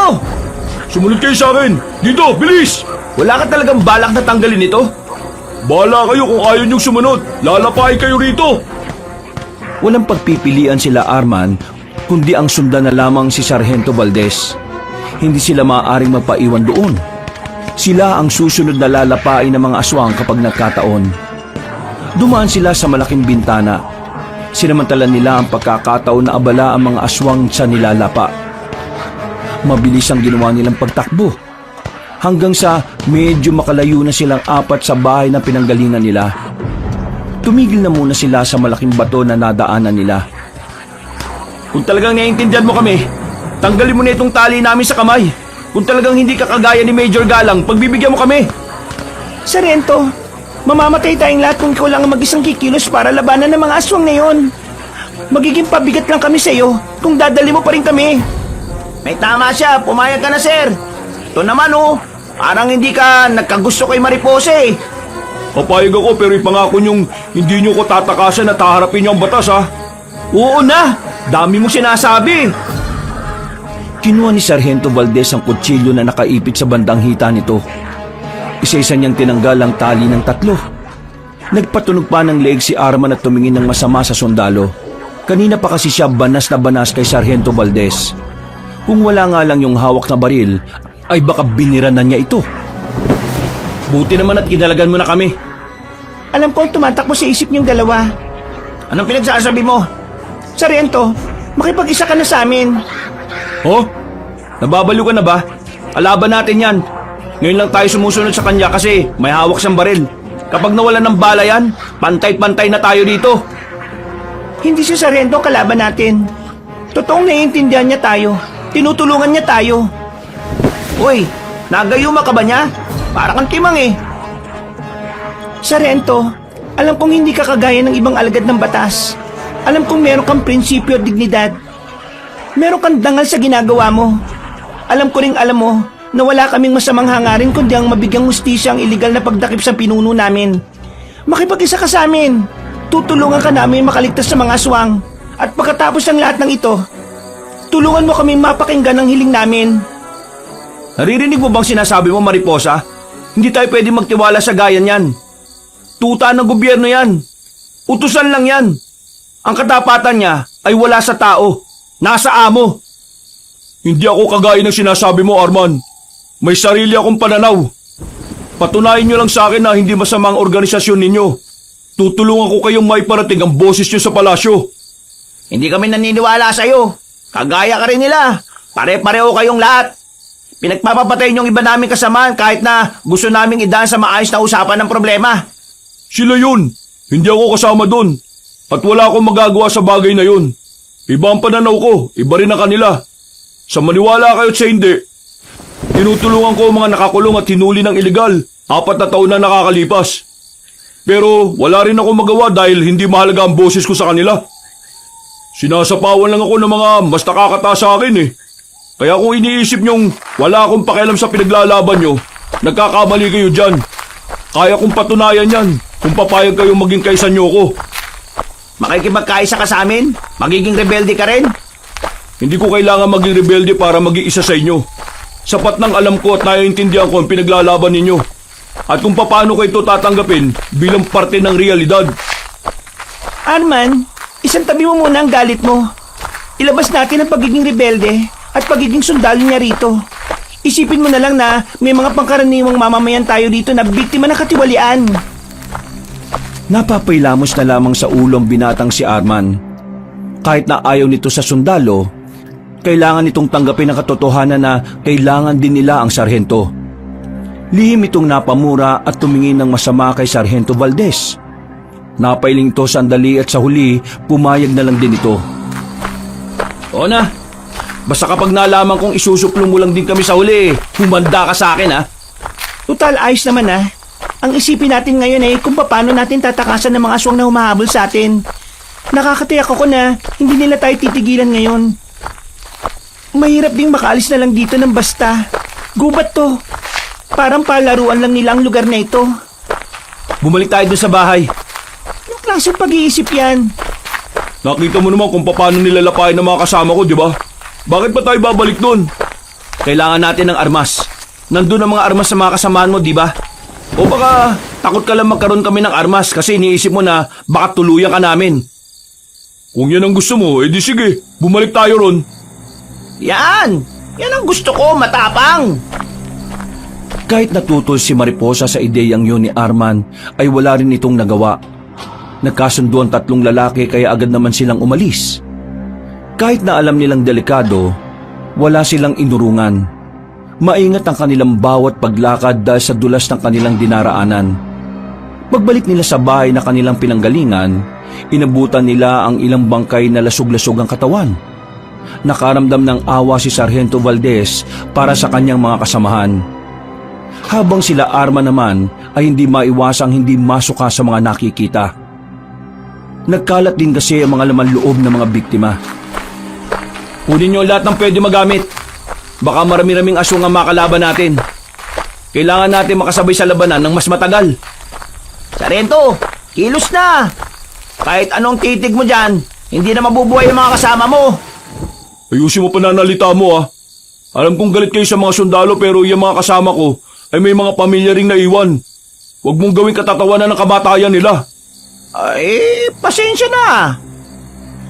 Padabog na pinagdadadampot ni Sargento Valdez sa mga baril at nauna na ring naglakad. Hoy, umayos ka kayong dalawa. Hindi na kayo mga bata para sabihin ko pa kung ano ang tama at mali ah. May sarili kayong mga utak. Gamitin ninyo. Napapakamot na lamang sa ulo si Epi, habang si Arman naman ay wala lang pakialam. Sa pagpapatuloy ng kanilang paglalakad ay inakala nilang hindi na sila masusundan pa ng mga aswang. Pero nang sumabit ang braso ni Epi sa nakausling sanga ng puno, dito na nagbago ang ihip ng hangin. Dumugo ang braso ni Epi at ito ang naging dahilan kung bakit sila naamoy ng mga aswang. Wala pang 5 minuto, naririnig na naman nila ang mababangis na angil ng mga nilalang.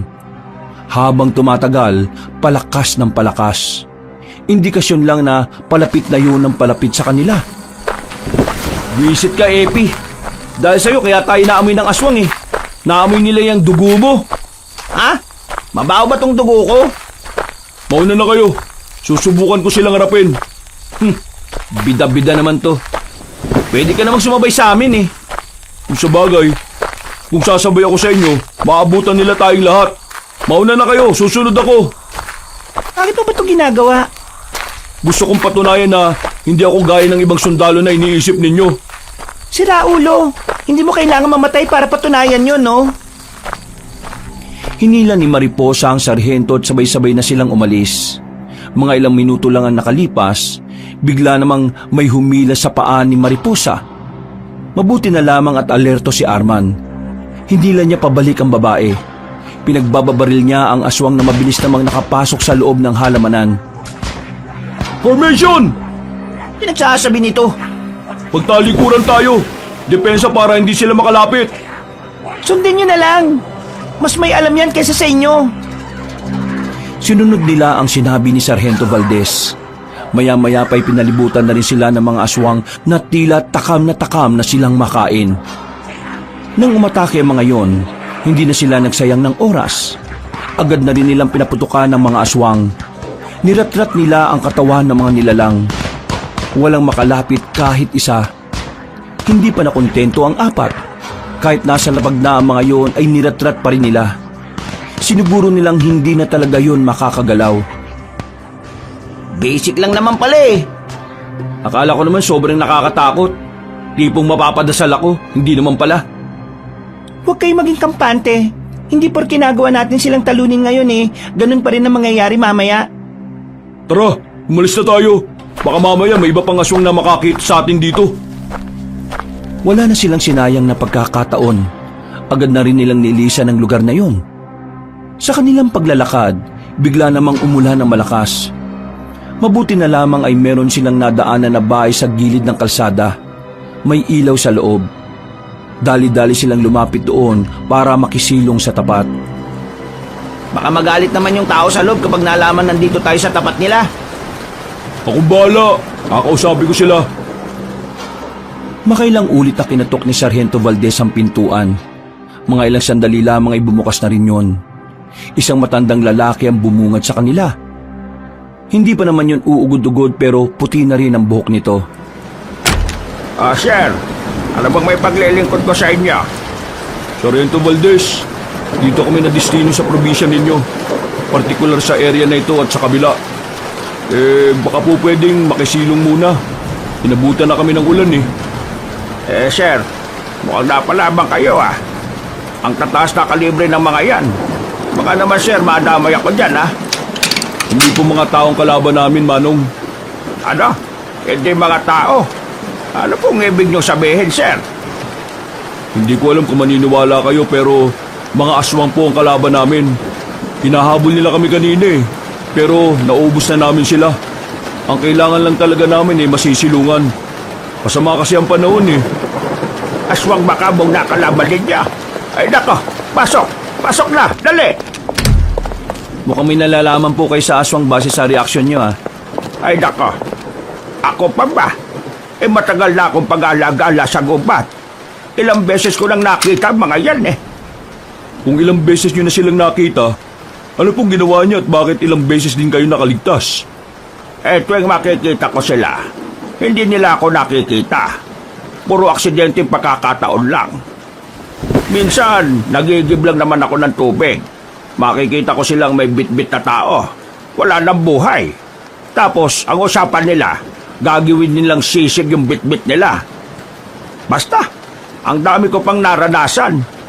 Malakas lang talaga siguro ako sa Diyos kaya hindi ako napapahabak Pero may pagkakataon na muntikan na nila ako makuha. Buti na lang kako, may mga dumating na mga ngaso. Ayun, nag-alisan yung mga aswang. Kaya kayo mag-iingat kayo. Kahit may mga baril kayo kakayanin nila kayong labanan. Lalo na kung sa gubat pa kayo dadaan. Alam niyo po ba kung anong mabisang paraan para mas mabilis silang mapatay? Nako, yan lang hindi ko alam. Natatakot kasi akong pag-interesan ng mga aswang. Kasi tingnan mo, katabi ko lang ang gubat. Kahit na anong oras pwede nila akong puntahan dito kapag nalaman nilang nakikialam ako. Minsan ba naisip niyong magsumbong sa mga sundalo o pulis na may aswang dito? Ginawa ko na yan. Kaso nagmukha lang naman akong tanga. Hindi naman nila ako pinaniwalaan Wala po ka talagang paniwalaan ng militar. Patagal na kaming nasa gubat pero wala naman kasi kaming nakikita mga aswang noon. Pero ako kasi, hindi ko inalis yung anggulo na totoo mga aswang. Kaya hindi na rin ako nagulat na totoo sila. Teka, sandali lang. Iinitan ko kayo ng maiinom Mukhang nilalamig na yung kasama niyong babae. Ay, sige po. Maraming salamat po. Umalis sa matandang lalaki at nagtungo ito sa kusina sa bandang likuran ng bahay. Noong mga sandaling yun ay lumalakas na ng lumalakas ang ulan. Malakas na rin ang hangin sa labas. Kaya naman naisip ni Arman na maaring magtagal pa sila roon hanggang umaga. Wala naman silang magagawa. Kahit na wala silang tiwala sa matandang kausap nila, ay kailangan nilang sumilong doon. Sargento, eto, tanong lang Anong order sa inyo ni Major Galang? Patayin kami? Wala siyang ilalabas na info sa atin. Huwag na tayong umasa. Ang alam ng mga taga Maynila, si Commander Teves ang may pakana ng terorismo sa Isabela. Kaya siya hinuli nung nakita siyang nagpoprotesta. Ngayon, lahat ng may koneksyon kay Commander Teves, pinapadakip sa amin. Kabilang na dito yung kapatid niya, si Commander Ligaya. Siya ang top priority namin. Kailangan namin siya makuha ng buhay. Pero wala kaming koneksyon sa terorismo. Mga pangkaraniwang rebelde lang kami na nakikipaglaban para sa karapatan ng mga kagaya naming probinsyano. At nakikipaglaban sa katiwalian ng mga taga Maynila. Alam ko, naiintindihan ko kayo at naniniwala ako sa inyo. Sus, kunwari naniniwala pero hindi naman. Bago ako madistino rito, nakausap ko si Commander Teves nang ilipat siya ng piitan. Sinabi niya sa akin ang lahat. At naniwala ka kay Commander Teves kahit pinaghihinalaan siyang utak ng karahasan? Ikaw na sundalo na may maayos na ranggo? Naniwala agad sa isang taong kinulong dahil sa maling paratang? Oo, naniwala ko. Dahil si Commander Tebes ay dating kaibigan ng lolo ko. Magkakilala si Commander Tebes at ang lolo mo? Kalokohan. Paano naman magkakaroon ng kaibigan si Commander Tebes na isang sundalo? Alam niyo naman siguro na dating sundalo rin si Commander Tebes, di ba? Bago siya ma-discharge sa serbisyo. Marami silang napagdaanan noon sa Visayas. Nawalan lang sila ng koneksyon sa isa't isa nung matanggal si Commander Tebes sa serbisyo. Anman, mukhang yung lolo nga niya siguro yung sinasabi ni Commander Tebes noon na bukod tagi sa lahat ng sundalo. O sige, anong alias ng lolo mo? Alias Tiger. Eh di siya nga. Totoo mga sinasabi niya. Sapat na bang dahilan yun para pagkatiwalaan niyo na ako? Napabuntong hininga na lamang si Arman. Habang tumatagal, nawawala na ang inis niya sa sarhento. Aminado rin naman siya na kahit papaano ay nakakatulong sa kanila si Sargento Valdez. Mga ilang sandali lang, bumalik na rin ang matandang lalaki.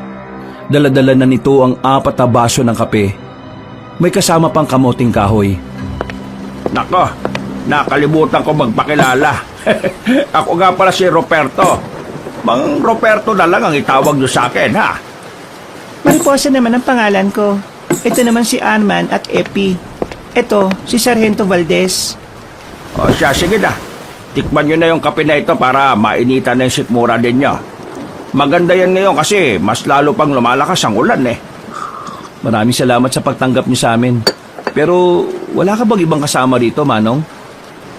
Kasama? Eh, meron. Pero wala sila ngayon dito eh. Sa susunod na linggo pa ang balik. Nagbakasyon sila sa bayan eh. Eh, bakit ba? Wala naman. Nabahala lang kasi ako kasi mag-isa lang kayo rito. Eh, may mga aswang pa namang gumagala sa gubat. Eh, hindi nyo kailangan mabahala. Kayang-kaya ko naman ang sarili ko eh. Intindihin nyo mga sarili ninyo. Kasi kayo mga bata pa. Marami pa kayong dapat gawin sa mundo. Magsasalita pa sana si Arman nang bigla na lamang siyang nakaramdam ng pagkahilo. Pagtingin niya sa mga kasama niya ay umiikot na yon sa paningin niya. Natapon na ang kape na iniinom niya. Ilang sandali lang ay nahilo na rin si Mariposa at Epi, habang si Sargento Valdez naman ay nanatili pa ring normal. Manong, anong nangyari sa kanila? Anong nilagay mo sa kape? Kinisa ni Sargento Valdez ang baril at itinutok sa matandang lalaki. Nakita na lamang niyang ngumiti ng malapad si Mang Ruperto para itong nang iinsulto. Babarilin na sana ni Sargento Valdez sa matandang yon na makaramdam na rin siya ng pagkahilo. Gumewang-gewang siya hanggang sa bumagsak na rin sa lapag. Wala na silang alam sa mga sumunod na nangyari. Basta't nagising na lamang sila dahil sa amoy na bulok na nalalanghap nila. Natauhan sila nang mapagtantong nakagapos sila sa 4 na bakal. Sinuyod nila ng tingin ng paligid. Nasa parang malaking kusina sila, pero makikita ang mga dugo sa lapag. Wisit, nasan ba tayo? Bakit parang amoy bulok dito? Tingin ko nasa kusina tayo ng mga aswang. Tingnan niyo mga nasa garapon, oh. Nanlaki ang kanilang mga mata nang mapagtantong ulo ng mga taong nakalagay doon. Masuka-suka si Mariposa sa kanilang nakita. Maging si Sargento Valdez ay hindi rin makapaniwala na nasa ganung uri sila ng lugar. Wisit na matandang yun, ha. Naloko tayo. Sabi ko na nga, be.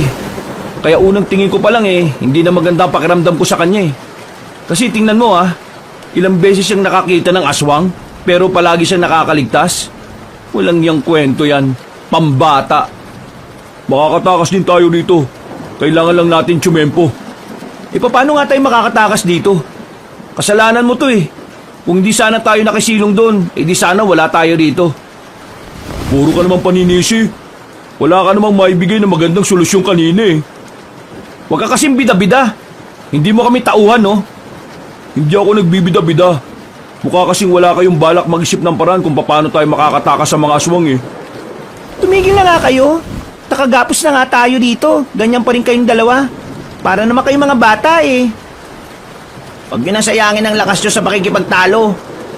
Ilaan nyo na lang yan para mamaya. Kailangan natin gumamit ng puwersa dahil wala na tayong mga armas eh. Ganito ang gagawin natin. Kapag kinuha nila tayo, papalagan na natin. Wala na tayong magagawa kundi sumugal. Kung hindi tayo susugal baka mailuto tayo dyan. Paano nga tayo papalag kung nakagapos sa mga kamay natin? Bakit? Wala ka ba mga paa? O baka nakaasa ka lang sa kamay mo? Hindi ka ba naturuan gumamit ng paa sa pagsusundalo ninyo? Lahat ng pwedeng magamit natin, gagamitin natin para lang makatakas. Ayoko mamatay dito. Kailangan ko pa makita muli si Commander Tebes. Huminga na lamang ng malalim si Arman. Hindi nagtagal, may dumating na 2 lalaki.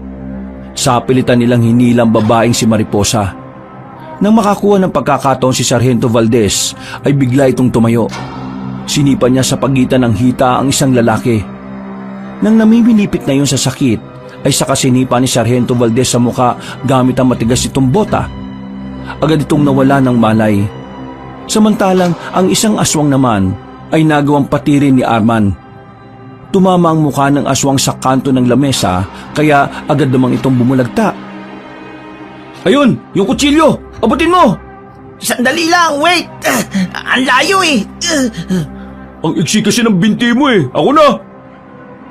Gamit ang kaliwang paa ay naabot ni Sargento Valdez ang kutsilyo na nahulog mula sa 2 aswang. Nang makuha nila yon, ay pinagsikapan nilang maabot yun ng kamay. Dahil sa sanay na si Sargento sa ganong klase ng senaryo, agad din naman niyang natanggal ang kanilang pagkakagapos. Sumilip sila sa buong kusina. Nakita nilang naroon ang ibang aswang. Kaswal na nagluluto na ang ginagamit na karne ay karne ng tao. Gagapang tayo papunta dun sa labasan na yun. Walang papalpak kasi mamamatay tayong lahat kapag nagkataon. Lalo ka na, Epi. Umayos ka Uy, bakit ako? Manahimik ka na nga. Sinimulan nilang gumapang. Malalaki at mahahaba naman ang mga bakal na lamesang naroon. Kaya nagamit nila yon para ikubli ang mga sarili nila. Pero nang malapit na sila sa labasan, bigla na lang may dumating na aswang na may hawak. Nakita sila ng lalaking yun. Wala na silang choice kundi palaga ng mga naroon.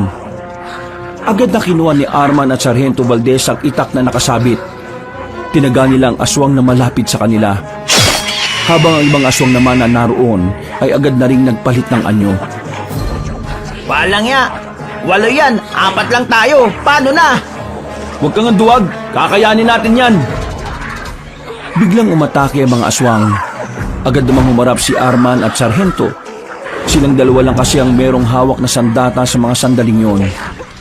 Sa tuwing tatangkain ng mga aswang na lumapit sa kanila, ay winawasiwas nila ng malakas ang hawak nilang itak. Abante! Papuntang labasan! Dali! Inunti-unti nilang marating ang pintuan. Pero biglang may humarang doon na isang aswang. Hindi na nagsayang ng pagkakataon si Sargento Valdez. Tumakbo siya papalapit doon at saka hinataw na malakas sa liig ang aswang na yon. Nang makalabas na sila ng gusaling yon, kagubatan ang bumungad sa kanila. Saka lamang nila napagtanto na nakatirik pala yon sa liblib na lugar. Bilisan mo, Epi! Babagal-bagal ka naman Teka, sandali lang naman! Masakit na yung paa ko Pambihira ka naman talaga, Mas binilisan pa nila ang kanilang takbo. Kahit na hindi nila alam kung saan ang tamang direksyon, hindi sila tumigil sa kakatakbo, matakasan lamang ang mga halimaw na humahabol sa kanila. Pero hindi naging madali para sa kanila ang sitwasyon. Kahit tumila na ang ulan, madilim naman ang kanilang nadaraanan. Ilang beses na rin silang nadapa, natalisod at tumama rin ang tuhod nila sa matigas na bagay. Iika-ika mang tumatakbo ay pinagpatuloy pa rin nila ang pagkaripas. Pero nadismaya sila dahil ang halos 5 minutong pagtakas ay nauwi lamang sa wala. Nasa harapan na naman kasi nila ang gusali na pinanggalingan nila. Paikot lang pala ang kanilang dinaanan. Buwisit! Bumalik lang tayo dito Subukan naman natin sa parting yun, bilis! Tutungo na sana sila sa direksyong tinuro ng sundalo, pero dumating ang iba pang aswang. Humarang yun sa daraanan nila, kaya wala silang ibang magawa kundi ang pumasok muli sa gusali. Sinarado nila ang pintuan at tinarangan pa ng bakal na lamesa. Sinarado rin nila ang mga bintana para matiyak na wala makakapasok na aswang. Dito na muna tayo. Delikado sa labas. Na-check ko na. Wala na mga aswang dito. Wala na nga mga aswang dito. Pero kasama naman natin yung mga pira-pirasong katawan ng mga tao. Nakakasuka. Sikmurain mo na lang. Wala naman tayong ibang choice. Kung nasa labas tayo, madali tayong mamamatay. Kung dito, kahit na papano ligtas naman tayo. Ang problema nito, paano kung mas dumami na sila sa labas? Eh di wala na tayong tsansa na makalabas pa rito. Kung may mga baril lang sana tayo, ubos yung mga yan eh. Napabuntong hininga na lamang si Arman. Habang naririnig nilang kinakalabog ng mga aswang ang bakal na pintuan. Nagawa na rin nilang maging kalmado. Hindi na lang nila pinansin ang amoy, pati na rin ang nakikita nilang nakalatag lang sa mahabang lamesa. Hindi pa rin ako makapaniwala na nasa ganitong sitwasyon tayo. Lintik na mga aswang yan. Kahit di naman kami, nabigla rin. Ang tagal na kasi namin gumagala-gala sa mga kagubatan. Pero ngayon lang namin ito naranasan eh. Hindi rin ako naniniwala sa mga aswang nun. Hanggang sa ako na mismo nakakakita. Sabi ko naman kasi sa iyo noon, di ba? Totoo mga aswang. Alam kong hindi kasama sa mga misyon natin itong mga aswang na to. Pero tingin ko, kailangan din natin silang ubusin. Malaking sagabal sila sa mga gusto natin gawin dahil nag-ahari sila sa kagubatan. Yung matandang si Mang Ruperto, pasasabugin ko ulo nun kapag nakita ko siya ulit. Hindi ko matanggap na nagawa niya tayong lokohin. Ang sabi nga nila, ang pinakamagaling daw na sinungaling mga taong masyadong nagmamalasakit. Sino naman ang nagsabi niyan? Sila, di ko alam. Imbento. Pero seryoso, makakalabas pa ba tayo dito? Mahirap sagutin ang tanong na yan sa ngayon. Pero hintayin na lang natin sumikat ang araw. Ilang oras na lang naman. Baka mamayang umaga magkaroon ng himala at makatakas tayo dito. Baka sa mukha nilang apat ang pagod, takot at pangamba. Napasandal na lang sila sa dingding habang nakaupo. Nakikinig lang sila sa mga aswang na nagpupumilit makapasok sa kusinang yon. Sarento, kasama niyo ba si Major Galang kanina? Oo, babalik na siya at aalis na ako sa duty. Pero dahil sa pananambang nyo, hindi ko alam kung ano nang mangyayari. Alam mo kung gaano katiwali si Major Galang. Tanong ko lang, bakit hindi mo siya ilaglag? Madali lang sabihin na ilaglag siya. Pero yung magiging kapalit ng ganong klase ng aksyon, yun ang mahirap. Marami akong kamag-anak. Marami akong kakilala na maaaring madamay kapag binalikan nila ako. Kaya nga kailangan ko rin kayo. Kasi hindi ko magagawang panagutin si Major Galang kung ako lang. Mas masahal pa sa aswang si Major Galang. Hindi ko makakalimutan ang kahayupan na ginawa niya sa mga baryong pinupuntahan niya. Narinig ko na ang kwento sa ganyang gawain ni Major Galang. Pero wala naman ako magawa. Masyadong malakas ang impluwensya niya para ibunyag lahat ng baho niya Makakahanap din ng katapat niyang Major Galang na yan. Si Major Galang ang anay sa militar. Sinisira niya ang utak ng mga bago at ginagawa niyang personal na tauhan. Kailangan niyang mawala sa pwesto. Masaya ako na pareho natin gustong mapanagot si Major Galang. Ngayon, naniniwala na akong iba ka nga talaga sa mga kabaro mong siraulo. Marami pa matitinong sundalo at pulis na kagaya ko. Karamihan sa kanila, pareho kong walang kapangyarihan ng boses. Kaya nag-aabang na lang kami ng kakampi para makapagsalita. Kaya kailangan natin makaalis dito. Kailangan natin makaligtas para maisigawa natin ang gusto natin mangyari. Ang tanong, paano tayo makakalis dito? Tingnan nyo yung mga aswang sa labas Parang mga gutom na gutom Biglang namayani ang katahimikan. Parang may dumaan na anghel. Tumahimik din ang mga aswang sa labas sa hindi nila malamang dahilan. Pero hindi pa rin sila lumalabas. Pakiramdam kasi nila ay patibong lamang yon. Nanatili lang sila sa loob. Pinapakiramdaman ng paligid. Mga ilang sandali lang, narinig na nila ang pamilyar na boses na matanda. Nanggigil agad si Arman. Gustong gusto niyang gantihan si Mang Ruperto pero kinakalma na lamang niya ang sarili. Sadyang pinta! Hindi dapat kayo nagluluto dyan! Hoy, sira ulong matandang aswang! Kapag naawakan kita, bibigwasan kita para ma-dislocate yung mga ribs mong marupok. Kung hindi kayo lalabas dyan, kami na lang ang kusang papasa! Sige, subukan niyong pumasok. Makikita niyong hinahanap niyo. Kahit buksan niyo ito o hindi, mamamatay pa rin kayo! Kaya kung ako sa inyo, tanggapin niyo na lang ang kamatayan niyo para wala na tayong maging problema! Sira ulo ka pala talaga eh. Anong tingin mo sa amin, mga tanga? Hindi mo kami madadala sa mga ganyan mong mga salita, no? Lumabas na kasi kayo dyan. Buksan niyo na ang pinto. At pag-usapan natin kung anong luto ang pwede sa mga karne at laman loob din niya. Ay, siya nga pala, Sargento. Narinig mo ba ako? Gusto ko lang sabihin sa iyo na pinapahanap ko si Major Galang. Mamaya lang makakasama niyo na siya dyan bilang masasarap na ulam namin. Ano kailangan niyo kay Major Galang? Ay, wala naman. Gusto ko lang maningil sa ginawa niyang pagkamkam sa lupain ng mga angkat ko. Ang bihira si Major Galang ha. Ang dami naman niyang kaaway. Kayo mga sundalo kayo. Mga wala kayong kwenta. Konsentidor. Inaayaan niyo lang na magawa ni Major Galang ang mga gusto niya. Wala siyang pakialam kahit makaperwisyo sa buhay ng iba. Kung si Major Galang lang pala ang kailangan niyo, bakit pati kami nandito? Wala naman dapat akong pakialam sa inyo Pero kayong lumapit sa akin. Kaya naman, isasabay ko na lang din kayo sa mga kain namin para sa salo-salo namin mamayang alas 3. Dami mo namang sinasabi. Tingnan natin kung makapasok kayo rito. Paano kung sunugin ko na lang kayo dyan para lumabas kayo? Sunugin?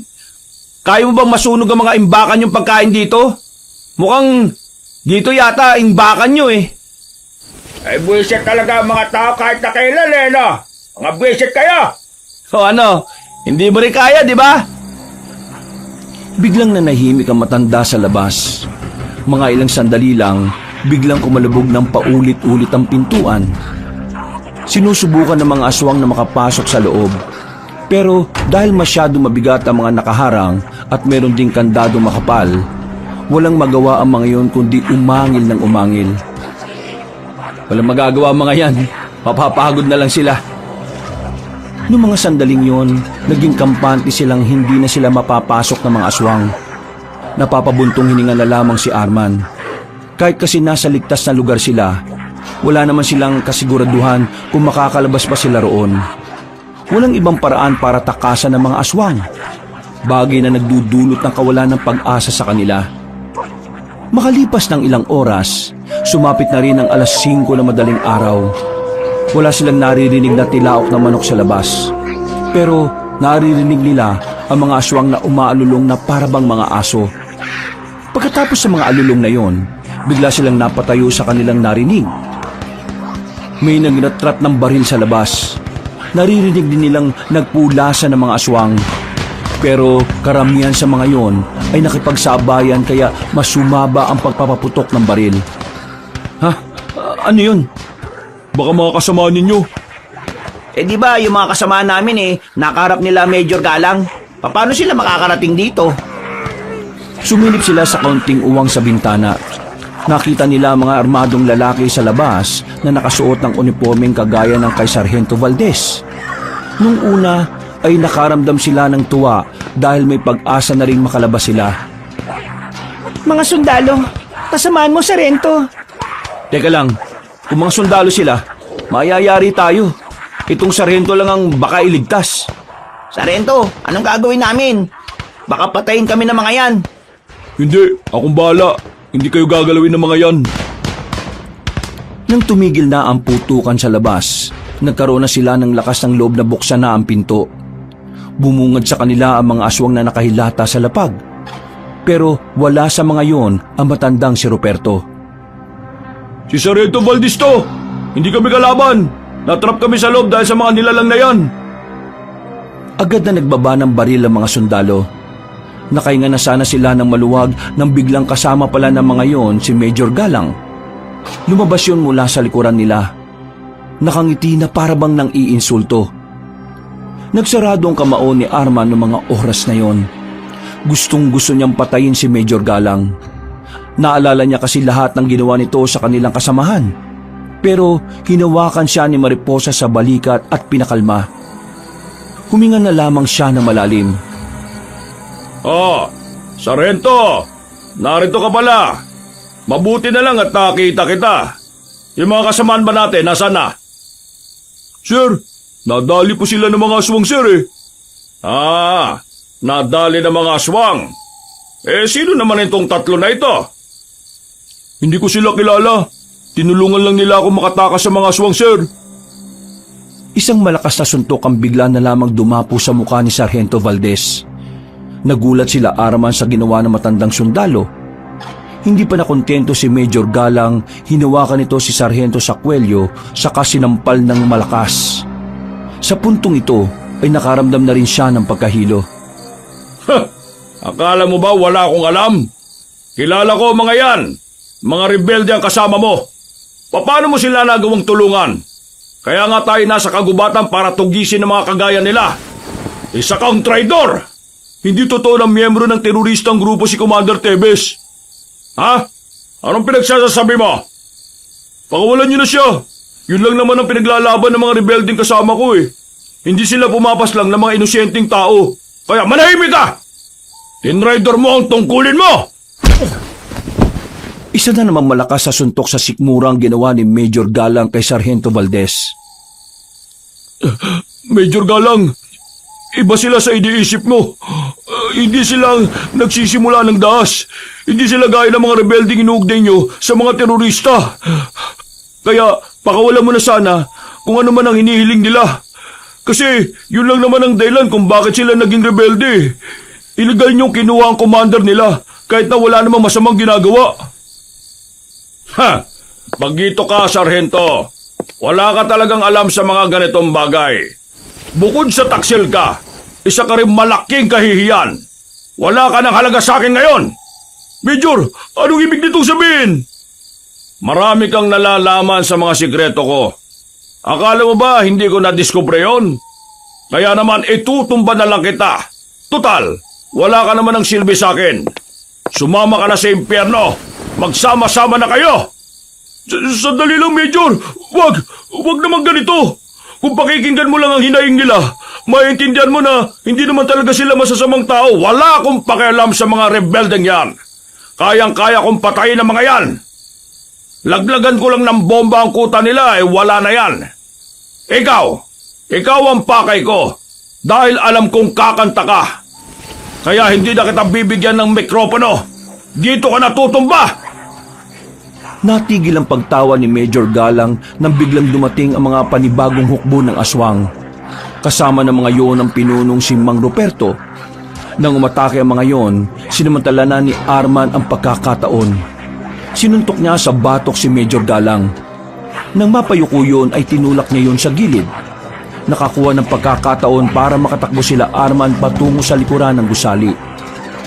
Nagkakagulo ang mga sundalo at mga aswang. Hindi naman sila makaalis agad dahil masyadong delikado. Kailangan natin makakuha ulit ng armas. Ako na lang. Dito na lang kayo. Ako ang kukuha ng armas natin. Mabilis ako. Sige, mag-iingat ka. Bilisan mo. Habang abala ang mga aswang at sundalo sa labanan, pasimpleng tumakbo si Epi patungo sa mga bangkay ng ibang sundalo na naroon. Pero 3 baril lang ang nakuha niya.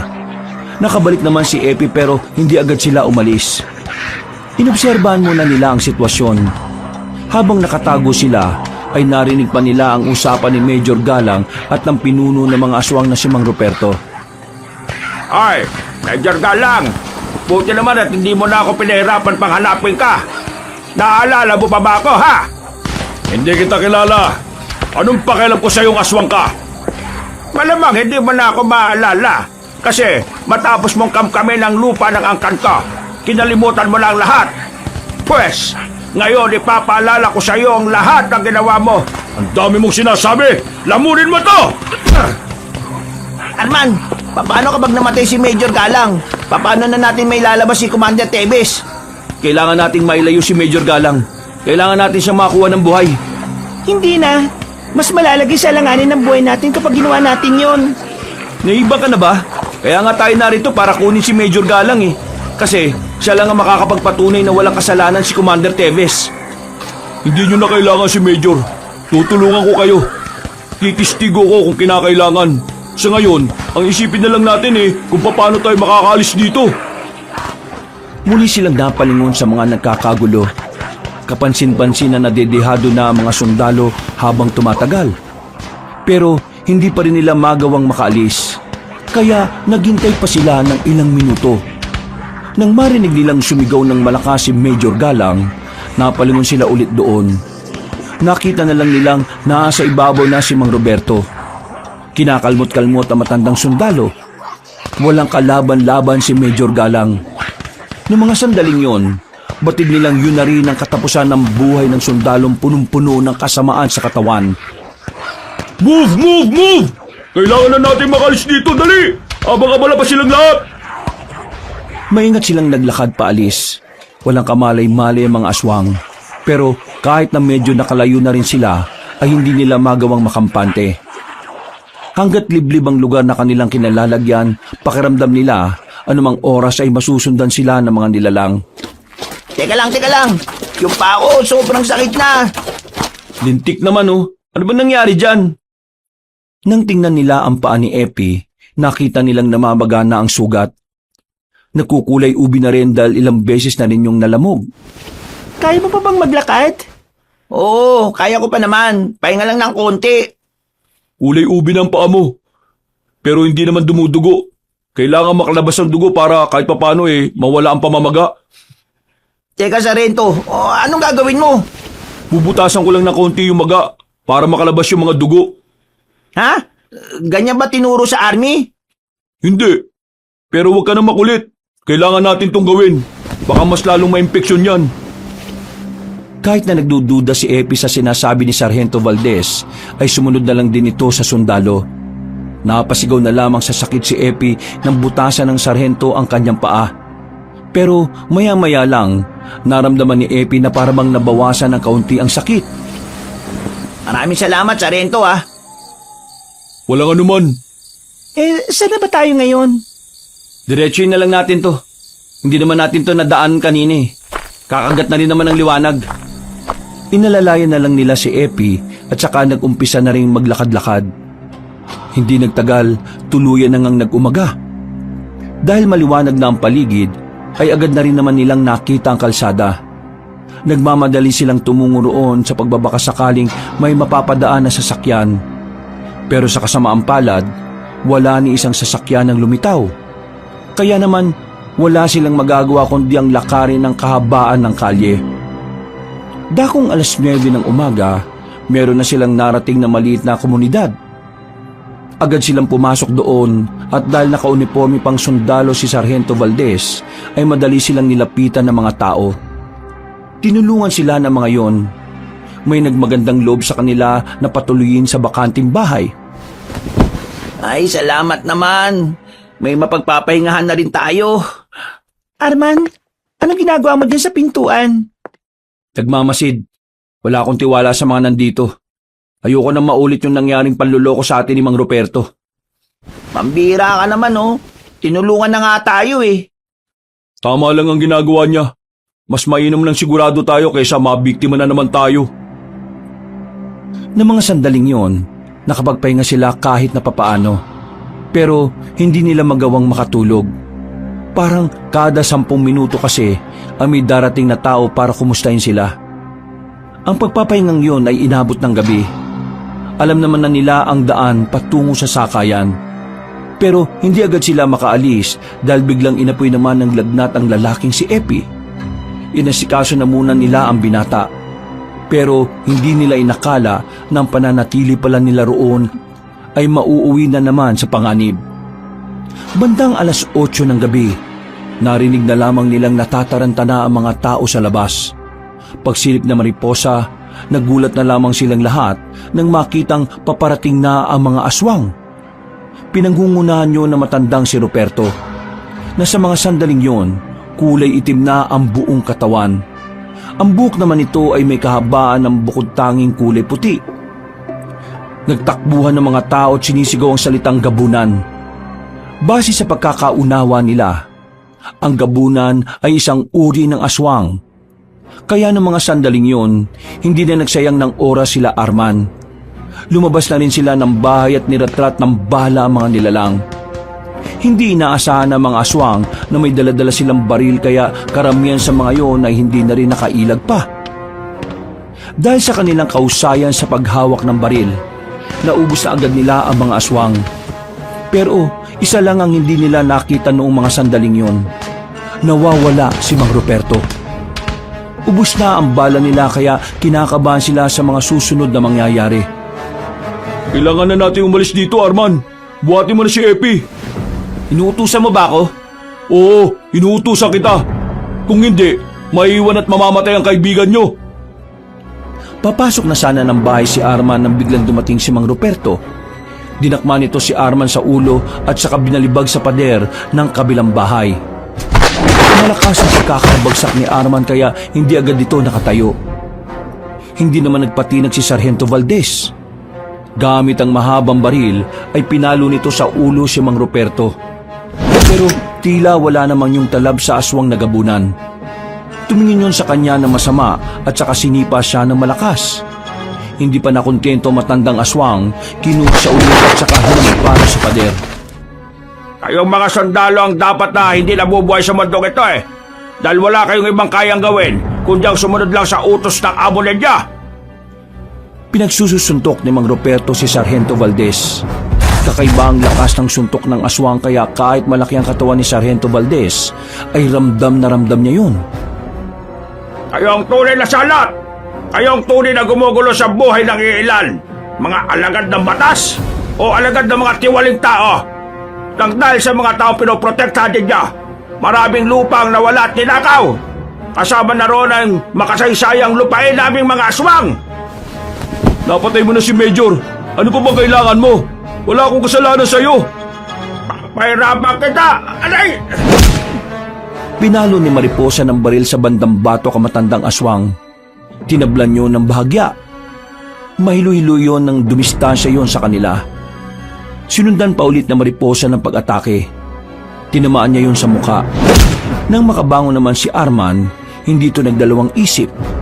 Kinuha nito ang sariling baril at saka hinambalos din si Mang Ruperto. Duguan na ang mukha ng matandang aswang. Pero sa halip na mapatumba, mas lalo lang yung tumindig.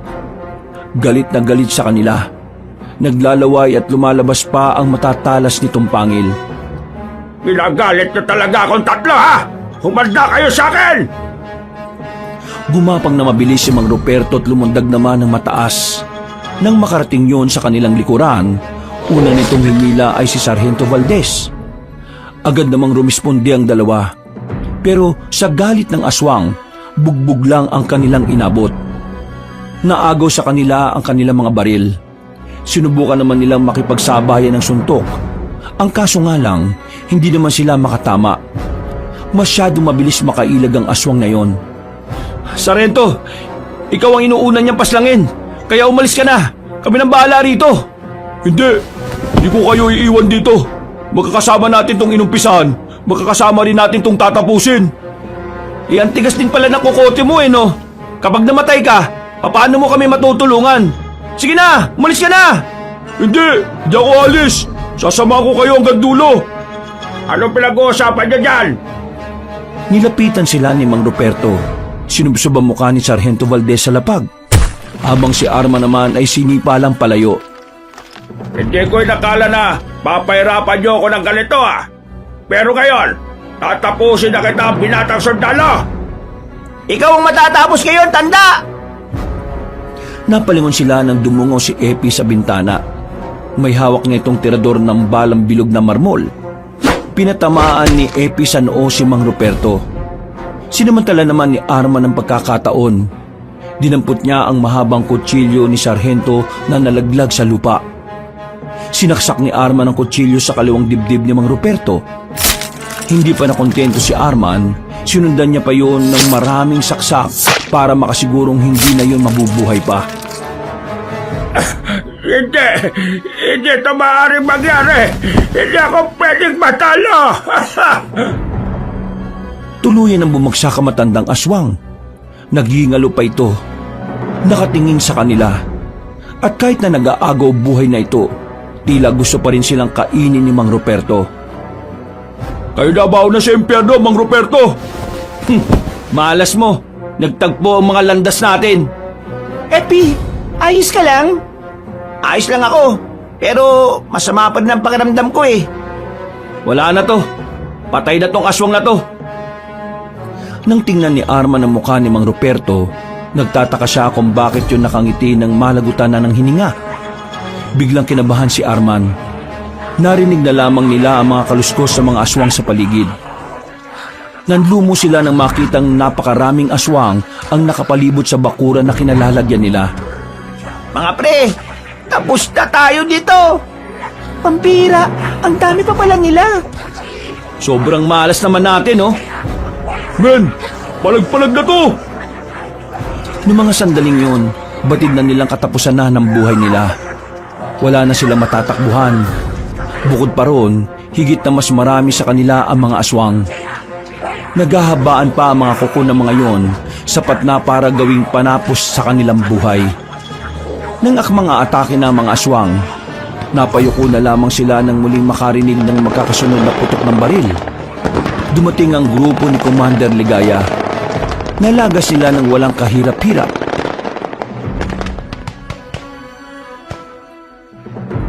Mabuti na lamang at nadaanan namin ang lugar na ito. Hindi ko inakala na narito kayo. Pero ang mahalaga, ligtas kayong tatlo. Ay, teka. Sino ang isang ito? Sundalo to ah. Handa po akong tumulong para mapalaya agad si Commander Tebes.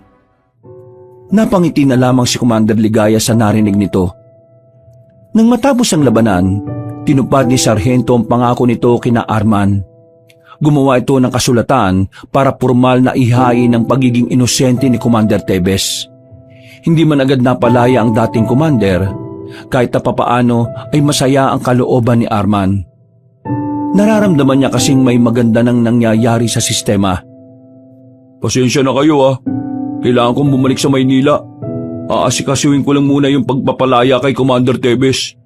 Kailangan ko lang kumalap ng mga katibayan na hindi nga siya parte ng kahit na anong terorista. Maraming salamat, Sargento, ah. Aasahan namin yan. Sargento, balik ka rito sa susunod ah. Parang idol na kita ah. Balik ka ah. Hinatid na nila sa sakayan ng bus si Sargento Valdez. Kumuway pa yon sa kanila bago tuluyang umandar ang sinasakyan nito. Mula nang mawala sa mundo si Major Galang, binuwag na rin nila ang samahan bilang mga rebelde. Isinuko nila ang mga armas sa gobyerno. Nagkaroon ng usapang pangkapayapaan. At matapos lang ang halos isang taon, muling nakalaya ang dating commander na si Tevez. Ang mga aswang naman ay hindi na kailanman nakita sa kanilang probinsya. Indikasyon lamang yon na tuluyan na nga nilang nalagas ang angkan at lahi ng mga salot na nilalang. Sa ngayon, simple na ang pamumuhay ni Arman. Masaya na siya dahil sa wakas, buo na ulit ang itinuturing niyang pamilya at kayamanan. Wakas,